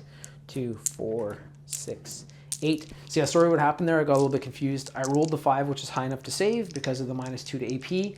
And then we rolled the, oh no, so one model did get 2 damage because it was a 6 that was needed, and we rolled a 5, I believe. I'll probably watch that footage back in just a second. I'll remove the model and cover it on the sum up. I was kind of sidetracked there. I'm also watching football out of my left eye. So doing a lot of stuff. Anyways, this is now the Swarm Lord, and we'll sort that out in a sec. Hitting on a 2+. There is a 1 in there. I'm just going to see if he has any ability to reroll that first hit roll. So malign presence and just warlord. Each time your opponent targets a unit from the army with a strategy, no. At the end of your command phase, if this model's on the veil, you gain 1 CP. Units within your, okay, so there's nothing that's going to help with that roll, but we can twin link. So all of these are through. 7 are through from the 8. Not bad at all. It's strength 9 versus toughness 4. So this is going to be 2s to wound. And I can reroll, which is much needed because I rolled 3 1s. And there we go. So all of those have been picked up. I could have lost 3 attacks. 3 damage here. It's strength 9 minus 2 to AP. So it's a lot of dice to grab. So I'm going to use these now to save for our Death Company Marines. So this is the Death Company save. Their save goes from a 3+ to a 5+, but we have that feel no pain, and this time I'm paying attention. So here we go. It's going to be 5+ we're looking for. So 1 was saved right off the bat. I'm going to actually remove that so I'm not getting confused. These all can be re-rolled with that 6+ feel no pain. And we didn't pick up any. So this is not good because that is 3, 6, 9, 12, 15, 18 damage.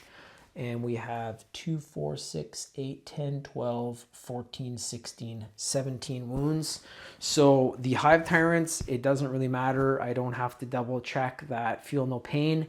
The Swarm Lord alone with the Bone Sabers has taken out the entire Death Company troop of 9 guys. I'm not going to be able to fight back. I was really hoping to be able to fight back with that Eviscerator.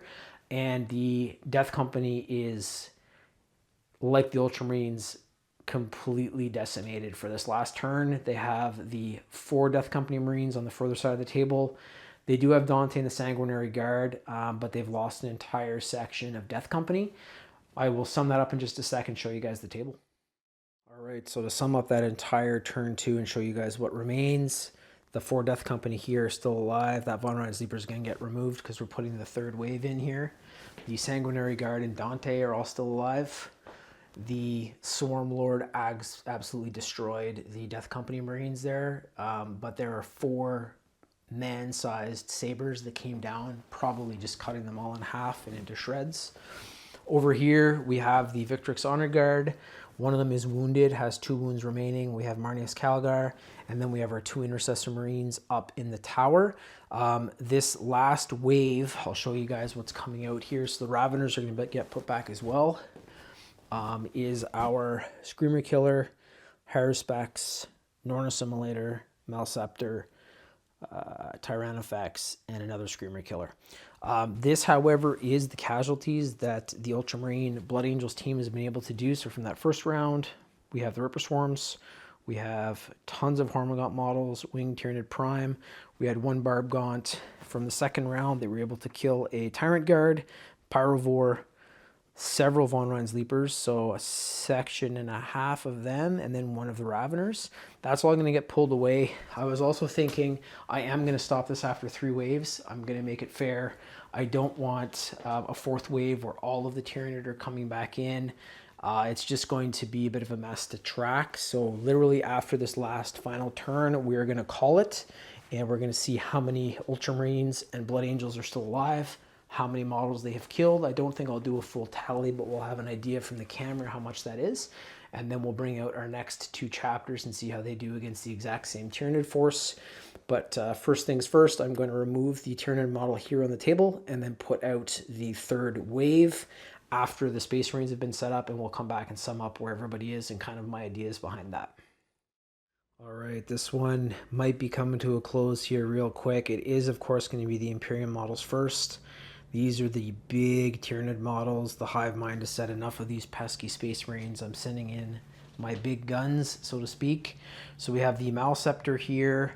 Apologies if I mess up the names, but I'm pretty sure it's a Malceptor, versus the 2 remaining intercessors that were up in the Prometheum Tower. Everyone's down now. We have the Tyranofex firing into the Death Company. This thing has some very good ranged attacks, and I don't think they have the firepower to wound it with bolt pistols and bolt rifles, so we're going to have to see what they decide to do. But this thing can shoot or do hand-to-hand. Over here, Dante and his Sanguinary Guard have been absolutely fantastic the whole battle, but I believe this may be their limit. They are facing a Haruspex and a Norn Assimilator. Both have range, both have hand-to-hand. And then to finish everything off, Marneus and his Victrix Honor Guard are staring down 2 Screamer Killers. These Screamer Killers also have a very good ranged attack in the Bioplasmic Scream, and then their hand-to-hand combat is incredible. So with the Victrix Honor Guard, like, I think I might have to get into hand-to-hand to get that initiative. Hope to take some wounds off, because again, even Master-crafted Bolt Carbines and the Gauntlets of Ultramar in range are not probably going to put a dent in these Screamer Killers. So over to the Imperium. Let's see what they decide to do. And from there, we'll probably take all this over to the tray. Ultramarines are going to go first with their few remaining models left. They have 6 in total. And then it's going to flip over to the Blood Angels, who have a total of 8. So they have been dwindled. Let's see how they do in this surrounded kind of last stand showdown against these just planet-destroying Tyranid that are trying to eat all the biomass available to them. So just as stated, I wanted to get those Victrix Honor Guard in there with Marneus with the initiative. They have taken on the first Screamer Killer. This also limits the other Screamer Killer's ability to do range on them. However, when it flips back over to the Tyranid, they will have 2 Screamer Killers on top of them. When troops are locked into hand-to-hand combat, they can't fire upon each other because the Screamer Killer might wound its buddy, as well as the Space Marines. So we are going to see how a full squad of 3 Victrix Honor Guard and Marneus do against a Screamer Killer. Over here, the Intercessors moved back a little bit to get some range. The Malceptor has a very good ranged attack as well, though, so they're going to try to plink away at it with their bolt rifles in hopes to get a couple of hits. Also, I forgot to tell you guys, the little spore mine has been floating around, so it can actually move 3 inches, which is about here. Not going to be close enough to explode. Yeah, it's not going to be close enough to explode. What I might do in the future is maybe keep the Biovore in, but it's part of a wave, so I don't know if I will, but it was moving around. I just totally forgot to show you guys that it was there. So we're going to get over the tray right away. I'm probably not going to show this one because I don't think there's going to be much of a result there, but we'll get over for the Screamer Killer being taken on by Marneus and his Victrix Honor Guard. All right, so this might be it for our Victrix Honor Guard and Marneus, but they are going to be going down with a fight. It reminds me of that final level in Doom when you drop into that room and there's just a whole bunch of enemies around you. This is kind of what's happened. They are surrounded, they're in trouble, but at least they took the initiative here. So the Blades of Honor, carried by the Victrix Honor Guard Superior or Sergeant, have been absolutely fantastic. I'm hoping that that's not going to waver here. This is also going to be their Oath of Moment against the Screamer Killer, so I'm going to try to give them the best advantage that I can in fighting it. So this is hitting on a 2+.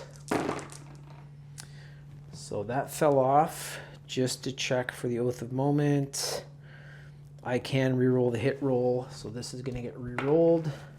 We got it. There's also going to be some damage reduction too here when the Screamer Killer does fight back. If it does, we might get super lucky and kill a Screamer Killer here, which would be absolutely fantastic. Crazier things have happened. This is Strength 5 versus Toughness 9. Going to need 5s to wound, but I can re-roll these. So that's a 4. 2 6s. Gonna re-roll these. And I did pick up a few more. So there we go. And actually, this 4 turns into a 5 because of Oath of Moment. You can add 1 to the wound roll. So that is 5 of the 6 attacks through. It is a -2 to AP, which brings the Screamer Killer up to a 4+, so there might be some damage here. And there was. Not bad at all. Let me just see if there's been any new rules for the Screamer Killer for Feel No Pain or anything like that. It does not have an invulnerable save either, which is crazy, but it's kind of an older version of the Carnifex, so I guess it makes sense. So yeah, these two have saved. These are through, so that's 2, 4, 6 damage to a 10 wound model. So it is down to 6 wounds. 2, 4, 6. It's down to 4 wounds. So this is actually, we'll see what happens here. They might be able to finish this thing off. The Victrix Honor Guard are pretty badass. So they don't have any more Blades of Honor. They do have Mastercrafted power weapons though. So I'm going to roll those one at a time, and we still have our Oath of the Moment here. So this is 5 attacks from the first, hitting on a 2+. I can reroll this guy. Got it. I'm going to grab 5 more. And this one I can reroll. Got it. So this is Strength 5 versus Toughness 9. 5s to wound. They're rolling really well. That's the thing here. Like, they're rolling super well. This is going to be switched to a 5 because we can add 1 with Oath of Moment. So there we go. These have fallen off, but there's still 5 attacks through, and they're at a -2 to AP. 4+ invulnerable save by the Screamer Killer. And 4 were saved. This, however, is through, so that's 2 more damage that have come through. It's down to 2 wounds, and we still have Marnius to go as well. So let's see how this goes. This might be a victory at the end, and I was kind of shitting on them right off the bat there, saying that they weren't going to make it. So Marnius has his Gauntlets of Ultramar, which have a much higher strength than the weapons that were used, also twin-linked, and I have all of the Oath of Moment stuff, and this is our Oath of Moment target. So we have 6 attacks coming in at a 2+. All those are through, no need to reroll. Strength 8 versus Toughness 9. I still need a 5 though to wound.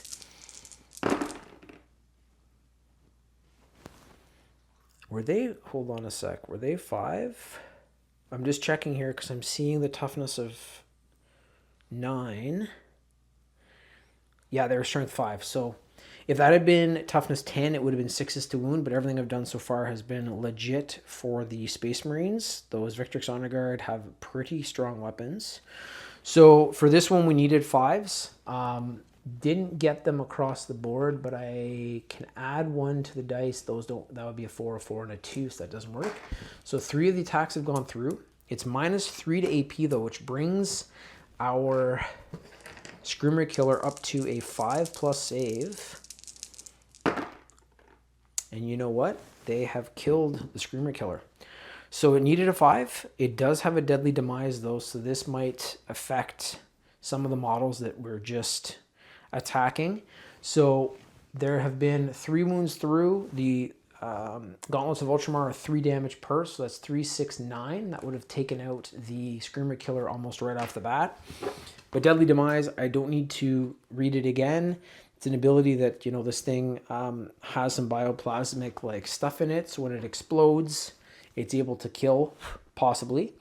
So for this case, it's a D6, and then on a 6, each unit within 6 inches of that model suffers the mortal wound, and in this case, it's 1 as well. And it didn't happen. So once again, the Screamer Killer exploded, and the Victrix Honor Guard and Marnius were unharmed. That was a fantastic round. So they have taken out a Screamer Killer single-handedly. There's still 1 more Screamer Killer though, and this time it's definitely going to be getting the advantage. But if you ever want to kill a Screamer Killer, make sure that you've got a couple of Victrix Honor Guard and Marnius out there, and you got a pretty damn good chance of doing it. So I'm going to move over to the Tyranid on that side, actually after we do the Blood Angels. So I'll get the Blood Angels going here and show you guys what they've been up to, if they move, if they shoot, and then we're going to get back to the tray for them. After hearing on the Vox channel that their cousin Ultramarines were able to take down a Screamer Killer by themselves without taking any damage, the Sanguinary Guard and Dante said, well, if the Ultramarines can do it, we definitely can. So they've gone into hand-to-hand against the Harrowspecs. Thing is, the Harrowspecs, much stronger model than the Screamer Killer, so we will see what happens. And then after that, there is still the Norn Assimilator there too that they're going to have to worry about. On this side, There was no point for those Death Company Marines to come out of cover. They're going to be firing upon the Tyranofex with their, I don't want to say puny bolt rifles, but in this case, again, this is a monstrous model, and bolt rifles and bolt pistol I don't think are going to do much, but we'll see. And then it's going to flip back over to the Tyranid, but we're definitely going to get this hand-to-hand combat fight that's going on here in the tray. I'm going to do the shoot off camera, let you guys know real quick what happened, and then we'll get over to the hand-to-hand combat with the Blood Angels. So quick sum up there, the Death Company on the other side of the table tried to fire into the Tyranofex. As I thought, it's got a toughness of 11 against strength 4 bolt pistols and bolt rifles. Nothing happened. They were not able to wound. I didn't even roll a 6, so there was no way to do it. Couldn't re-roll anything. So that is going to have to be sorted out later. We are moving to the hand-to-hand combat here, though. We have the Sanguinary Guard going first against the Haruspecs. They've been fantastic so far. They may have met their match. We're going to have to see. This is also the Oath of Moment target for the Blood Angels, so they're going to be able to re-roll the hit roll. I'm just going to check again to be sure, because I know it's a little different for them. Yeah, so I can re-roll a hit roll as this is their Oath of Moment. So Incurmine Blade, 4 attacks hitting on a 2+. Glad I can re-roll, so this one turns into a 4. We got him through. However, strength 6 versus toughness 11. So if it was a toughness of 12, it would be 6s to wound. This is 5, so still something. And the Haruspecs does not have an invulnerable save, and the Incurmine Blade has a -3 to AP. So let's see what happens here. We are looking for 5s to be able to wound.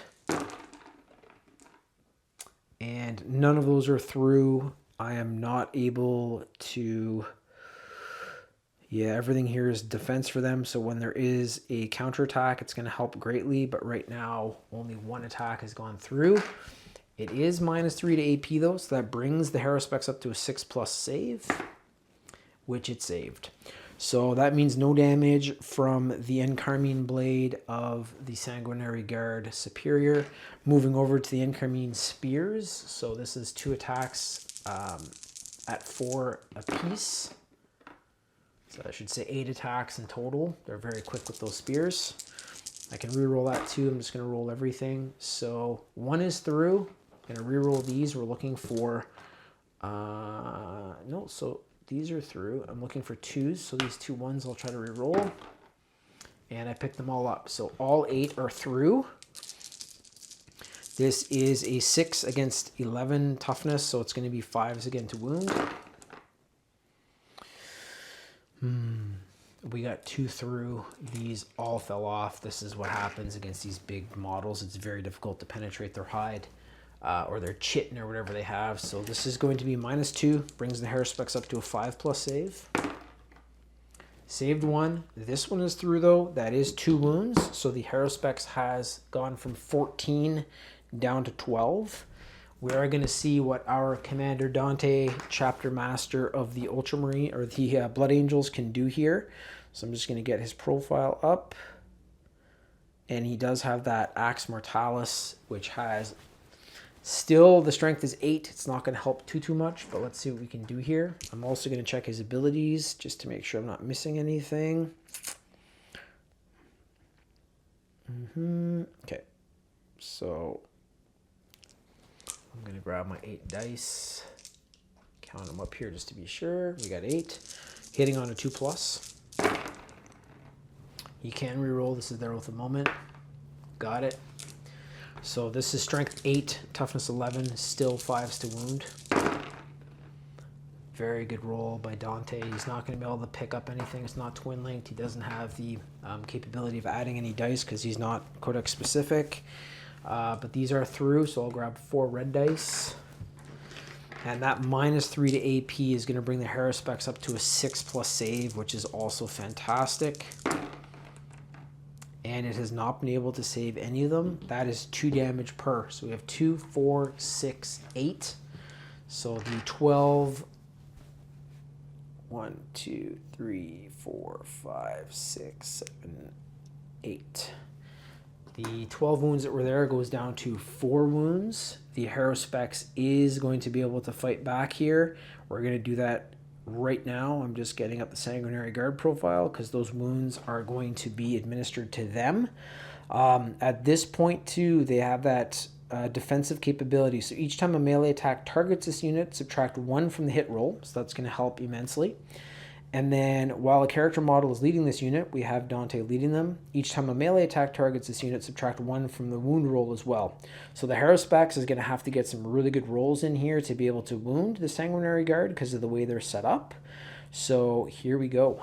And the Haruspex doesn't have any bonuses to help it out, but it has a hell of a lot of attacks. So it has 14 from its ravenous maw, its big mouth, and then the shoveling claws are 4, which are extra attacks, so 18 attacks in total. I'm going to get the dice together here. There we go. So this is the 14 attacks from the ravenous maw. Usually it's a 3+ to hit. This is going to be a 4 though because of the Sanguinary Guard abilities. And just like that, a bunch have fallen off and they can't re-roll this stuff. There we go. And this one. So from that original 14, we have 6 that are through. The weapon skill has been diminished, and then also the wound roll as well is going to be diminished here. So the Sanguinary Guard have some pretty damn good staying power. So this is usually a strength, it's strength 7 versus toughness 4, so it'd be 3s to wound. That goes down to a 6, let's say, for the strength, so it's still, no, it's -1 to the wound roll no matter what. So let me just read that. Heirs of Ascalon, each time a melee attack targets this unit, subtract 1 from the wound roll. So I have to do that no matter what. It's not like a penalty off the start. So we're going to roll first. Usually this is going to be hitting on a 3+, and it's going to turn into a 4+. So let's do that right now. So just like that, these attacks all fall off because of that. So usually a strength 7 would be wounding on a 3 against a 4, but this has been subtracted to a 4 to, or sorry, it's tricky. This is when Warhammer gets weird. I understand it in my brain, but I'm trying to explain it to you guys. So we needed 4s to be able to wound because usually it's a 3. So these 3s would usually be through, but you needed a 4 because of that. So these 2 are out. These 2 have wounded. It's a -1 to AP, so that gives our Sanguinary Guard a 3+ save. 1 has not saved, and that is 2 damage, so they're still going. One of the Sanguinary Guard is just down to 1 wound. There we go. And now we have to deal with the shoveling claws of the Haruspex. So this is hitting on a 4+, usually a 3+. And again, really affects it because that would have usually been a hit. It's not because of the Sanguinary Guard ability. This is through. It's a strength 14 though versus toughness 4. So this is going to be a 3+ to wound. Didn't get it. So usually that would be a 2, but since it's a -1 to the weapon skill, your 2 turns into, like your 3 turns into a 2 because it's a diminish of that roll. So that means that nothing has happened, and the Haruspex has not been able to fight back. It is still alive though, as is the Norn Assimilator, and it's moving back over to the Tyranid here. So it's going to be the Ultramarines first, probably taking on the Screamer Killer and the Malceptor. And then we have the Tyranofex versus those Death Company, and the Haruspex and the Norn Assimilator versus the Sanguinary Guard with initiative. So let's see how this battle finishes up. Okay, so this is pretty much the final turn of the game. Here it is. It's not pretty much, it is the final turn. What's going to happen here, I'm going to move this stuff live. The Screamer Killer has gone into hand-to-hand combat with initiative versus Marnius and the Victrix Honor Guard. So this time they may be able to fight back, but it is going to be fighting first. Over here, the Malceptor is more of a ranged attack vehicle, so it's going to move up here. Also, this Spore Mine has moved in, so that is going to explode those Marines. The Tyranofex is not going to move. It's going to be firing all of its ranged weaponry against the Death Company Marines here. And then over on this side, just like the Screamer Killer versus Marnius, we have the Norn Assimilator coming in with its full 16 wounds. And we have the Haruspex, which survived that attack just barely with 4 wounds remaining, coming in against Dante and the Sanguinary Guard. They do have all of those amazing defensive capabilities. We're going to see if that helps them out, but this time the Tyranid have the advantage.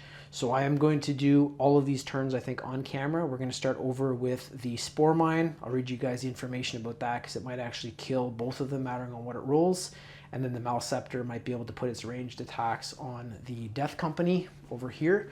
But we'll see how that goes. So shoots first, then hand to hand, and then we're closing this one out. All right, so let's start off with the Floating Death. I have read this again in the past as well, but we're definitely going to cover this again, and then I can refer back to this video if I need to. So each time this unit or an enemy unit ends a move, for each model in this unit that is within 3 inches of one or more enemy units, select one of those enemy units. That model in this unit is destroyed, then roll 1d6. On a 2 to 5, that enemy unit suffers 1 mortal wound. On a 6, that enemy unit suffers d3 mortal wounds.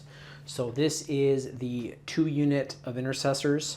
We're going to be rolling our dice here. We're hoping for a 1, which means nothing happens. If it's a 2 to 5, it's going to be 1 wound, and if it's a 6, it's going to be d3.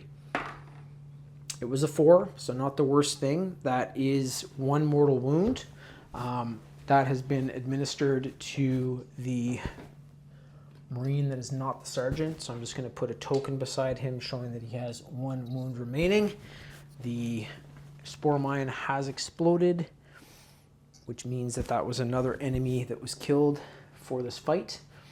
And now we're going to be moving over to the Malceptor. I'll get that in a second video, just get the profile up. Alrighty, here's the shoot for the Malceptor. It's pretty much a living tank. This thing has 14 wounds, 11 toughness. It's got a very good ranged attack. The ranged attack is 18 inches. It's called Psychic Overload, and it is a d6 plus 3 attack. So we're going to get that going right now. So not the worst. We have 2 plus 3s. That's going to be 5 in total. My dog's barking. It's okay, Homer. Almost done. We're going to have dinner soon. Yeah, he wants dinner. He's hungry. So we have to hit on a 3 plus here.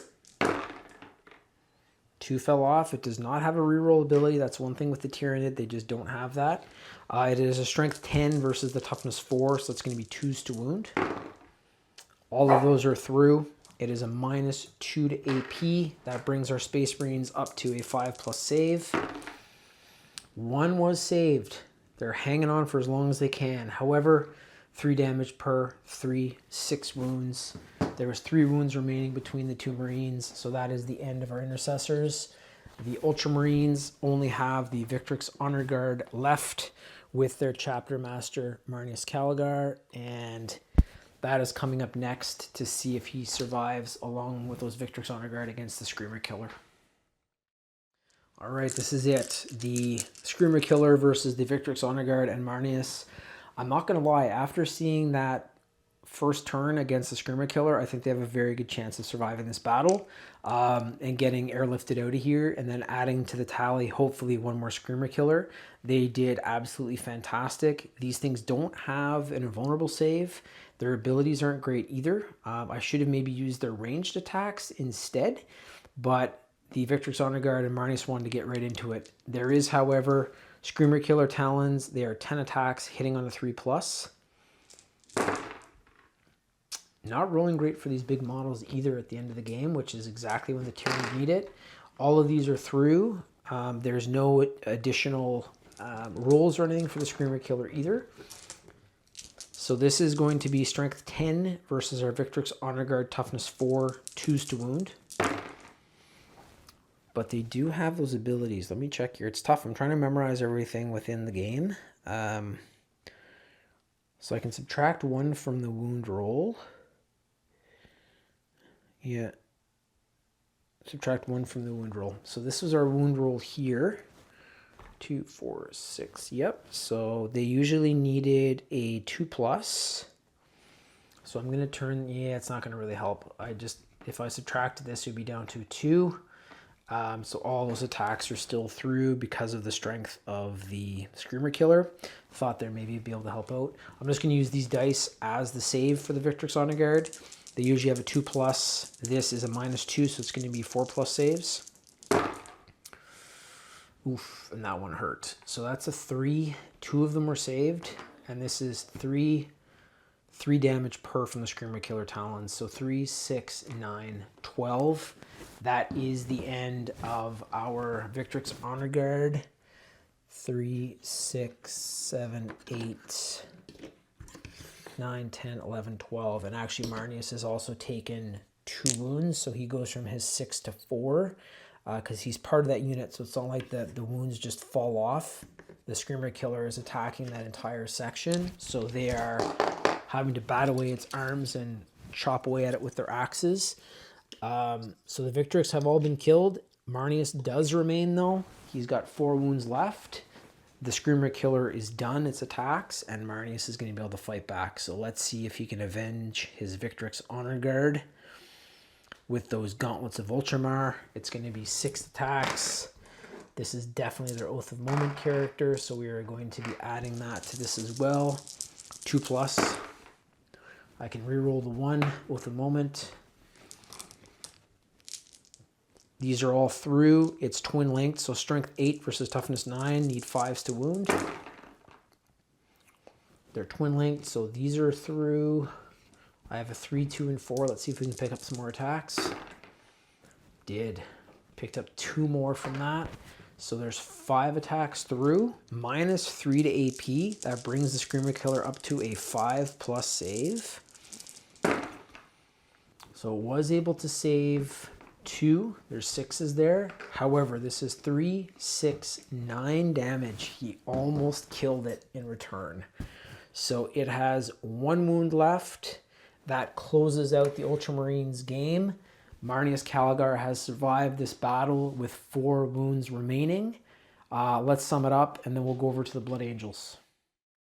What an absolute scrap by Marnius Caligar. So he saw his Victrix Honor Guard go down. They'd already killed 1 Screamer Killer together. Another one was right there. It jumped him. It killed the Victrix Honor Guard. Marnius put up the Fists of Ultramar, just smashed the shit out of this thing, and Marnius survives with 4 wounds, and the Screamer Killer is left with 1 wound. So if this had gone on another turn, it goes back to the Ultramarines. I definitely see Marnius taking this thing out, but as the rules for this game and the Surrounded, that is it.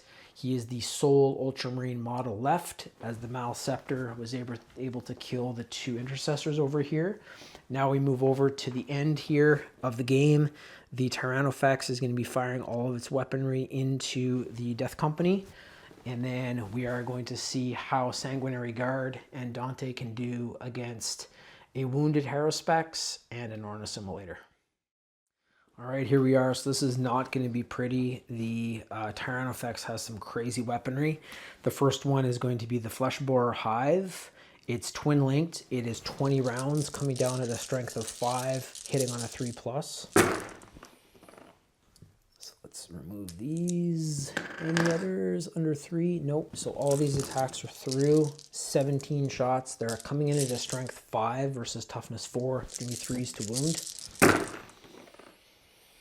Yeah, a lot fell off there. That's one thing about a small tray. They kind of bounce right out.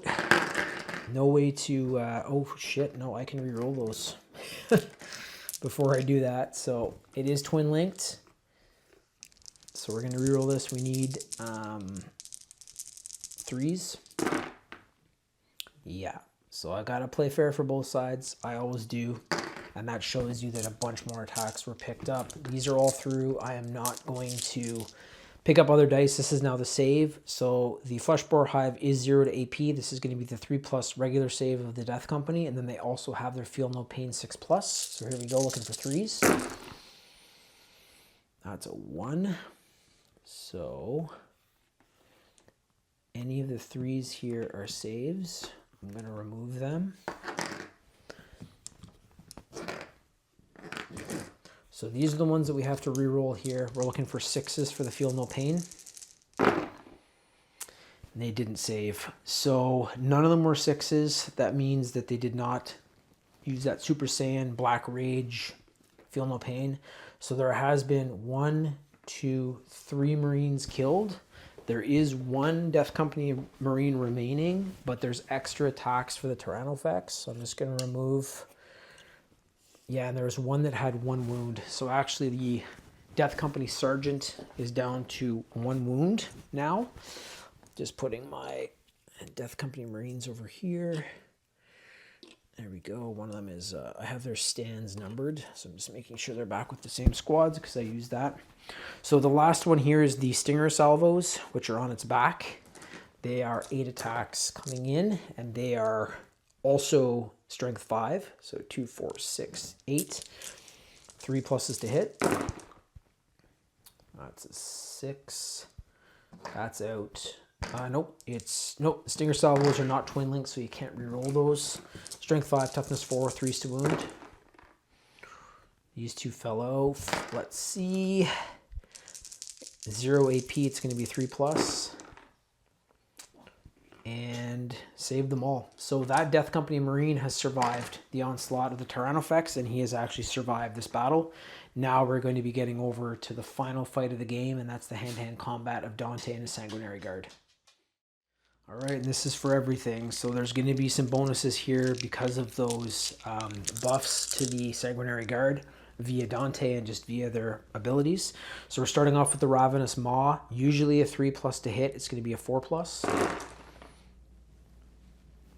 So I'm just going to remove the dice that didn't hit.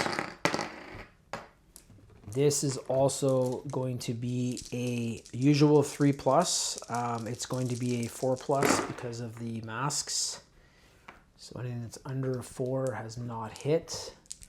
They're a very, very good unit for staying power. I don't think I knew this when we were fighting the Death Guard back during the Fight Force 4, or the rule might have changed. I'm not sure. So these are through. It's a -1 to AP, so that brings our Sanguinary Guard up to a 3 plus. And they've saved the Haruspex' initial attacks. Now it's got the Shoveling Claws, which are also hitting on a 4 plus due to the penalties from the Sanguinary Guard to the Haruspex. And 2 have fallen off. Strength 14, toughness 4. It's going to be 3s to wound, usually 2s. Those 2 are through. -2 to AP, 4 plus save for a Sanguinary Guard via their invulnerable. So 1 was saved. This is not good. It is D6 plus 1 damage. And that is 3 wounds that have been allocated. So we have lost one of the Sanguinary Guard, and 1 is down to 1 wound. There we go. So I'm just tracking that over here. Sanguinary Guard. There we go. I'm over with Homer right now, my dog. He's really watching the game. He's loving it. So the Haruspex is done. The Tyranid are not done, though. They still have the Norn Assimilator, and it is an absolute beast in hand-to-hand combat. So it's got the monstrous Scything Talons and the Toxin Injector Harpoon for extra damage. Big thing again here, though, is those Sanguinary Guard led by Dante are going to be penalizing the models to not allow them to fully hit or have a harder time hitting. So weapon skills usually 2 plus. This is going to be 3 plus. There you go. So 3 fell off. That's hitting on a 50%. Strength 9 versus toughness 4. It's going to be 3s to wound as well. And 2 more fell off. Wow, that's crazy. -2 to AP. It's going to be a 4 plus save. And they saved it as well. So that is wild. This is going to be the Toxin Injector Harpoons hitting on a 3 plus. So that is all through. It is strength 12, toughness 4, 2s to wound, usually going to be 3s to wound. And 3 of those are through, -3 to AP. Luckily, they have an invulnerable save of 4 plus, so they have to make 4s here. And they did. 2 4s through. This is through, and that's going to be D6 plus 1. So that sucks. That's 6 wounds allocated. So that means the Sanguinary Guard have been killed. That was 4 wounds in total. And Dante goes from 6 wounds down to 4 wounds because those wounds have to carry on in hand-to-hand combat. So he has also survived, and we're going to see if he can maybe take out 1 more model before this battle is over. Dante has the Axe Mortalis. We've seen it do some crazy damage. I'm going to put those wounds against the Haruspex because it has less wounds. And let's see if he can avenge his brother Blood Angels. So this is going to be 8 attacks coming down. Definitely their Oath of Moment target as well. I'm just counting out my dice. I need one more. 2+. You can reroll a lot of dice, which is needed. Tons fell off. You can just see how much the reroll helps though. Like, I only picked up 1 extra attack, but that could be a life or death. Strength 8 versus toughness 11. Going to be 5s to wound. Another pretty good roll. That would have been great if it was just a little lower toughness. So 2 are through, -3 to AP. That's going to bring the Haruspecs up to a 6+ save. And you know what? Before this battle is over, Dante has killed the Haruspecs. It's going over to the table of big models. So a very, very good battle here. I'm going to sum everything up. That concludes this one. All of the turns are done, and I'll show you who survived from the Space Marine side. That is the first Finnigan 40K surrounded battle. Quite long. I thought it was going to be shorter with 3 turns, but I hope you guys enjoyed it. I had an absolute blast seeing what these Ultramarines and Blood Angels could do. We do have one of the Death Company Marines left, the Sergeant, facing down that Tyranofex. There's going to be a nice big, Arvis Lighter or something coming down here to pick them up soon. And then we do have Dante. He was a bit beaten up. 4 wounds left. The Norn Assimilator still had its full 16, so I think we know how that probably would have gone if there was another turn. The Norn Assimilator, I think, probably would have killed Dante, but this game is done, so he survived this one. And then as we saw previous, Arnius was able to almost kill a second Carnifex, and Marnius Calgar is the sole surviving model of the Ultramarines. There was 1 Intercessor left here, but the Malceptor was able to finish it. So in total, we have Marnius left, Dante, and a Death Company Marine. The enemies they have killed are here. So from the first wave, I'm not going to do a tally like I did during Last Stand, but tons of the skittering models are finished off. Really, really well done. The medium-sized models, they did a good punch there as well. There it is there for a medium size. And then for the large models, they were able to kill a Screamer Killer and the Haruspecs, which is fantastic. The casualties from the side of the Space Marines, however, was pretty devastating, but that Tyranid Army is 1,500 points more. They do come in waves, but the Space Marines were really able to fight well, so this is our casualties along the back line. A lot of the support Marines were killed, but a very, very good showing, and these are still to come. So these are our next wave of Marines coming in. We have the Crimson Fists teamed up with the Templar. That's their army, but we're going to, of course, show you guys those as we go. Imperial Fist and Dark Angels is going to be insane with those Terminators and Heavy Intercessors. And then at the back line here, 2 of the last chapters ever created, the Salamanders and the Raven Guard, are teamed up. Lighter Armored Marines, not crazy strength weapons, but there's a lot of them, and we're going to see how they do against the skittering enemies. One more look here, just a big zoom out sort of who was killed during this round for the Tyranid. The front of the table to about the middle of the table are all the models that were finished off. Yeah, I hope you guys had a blast. I had so much fun. We're going to be setting up the exact same table with the next 2 chapters, and let me just check and see who those are before we sign off here. The next 2 chapters are going to be taking on this Tyranid force is the Imperial Fists and the Dark Angels, so that massive Terminator and Heavy Intercessor army. Yeah, so that's going to be absolutely incredible. We'll see if they can do the same amount of kills and same amount of survival rate as the Blood Angels and Ultramarines. That's it. Please give us a like, subscribe so you guys don't miss anything, and super happy to be back. Love doing this. Don't want your money. It's just an awesome way to kind of de-stress and just have some fun. So thanks again for watching, and we'll see you soon. Bye-bye.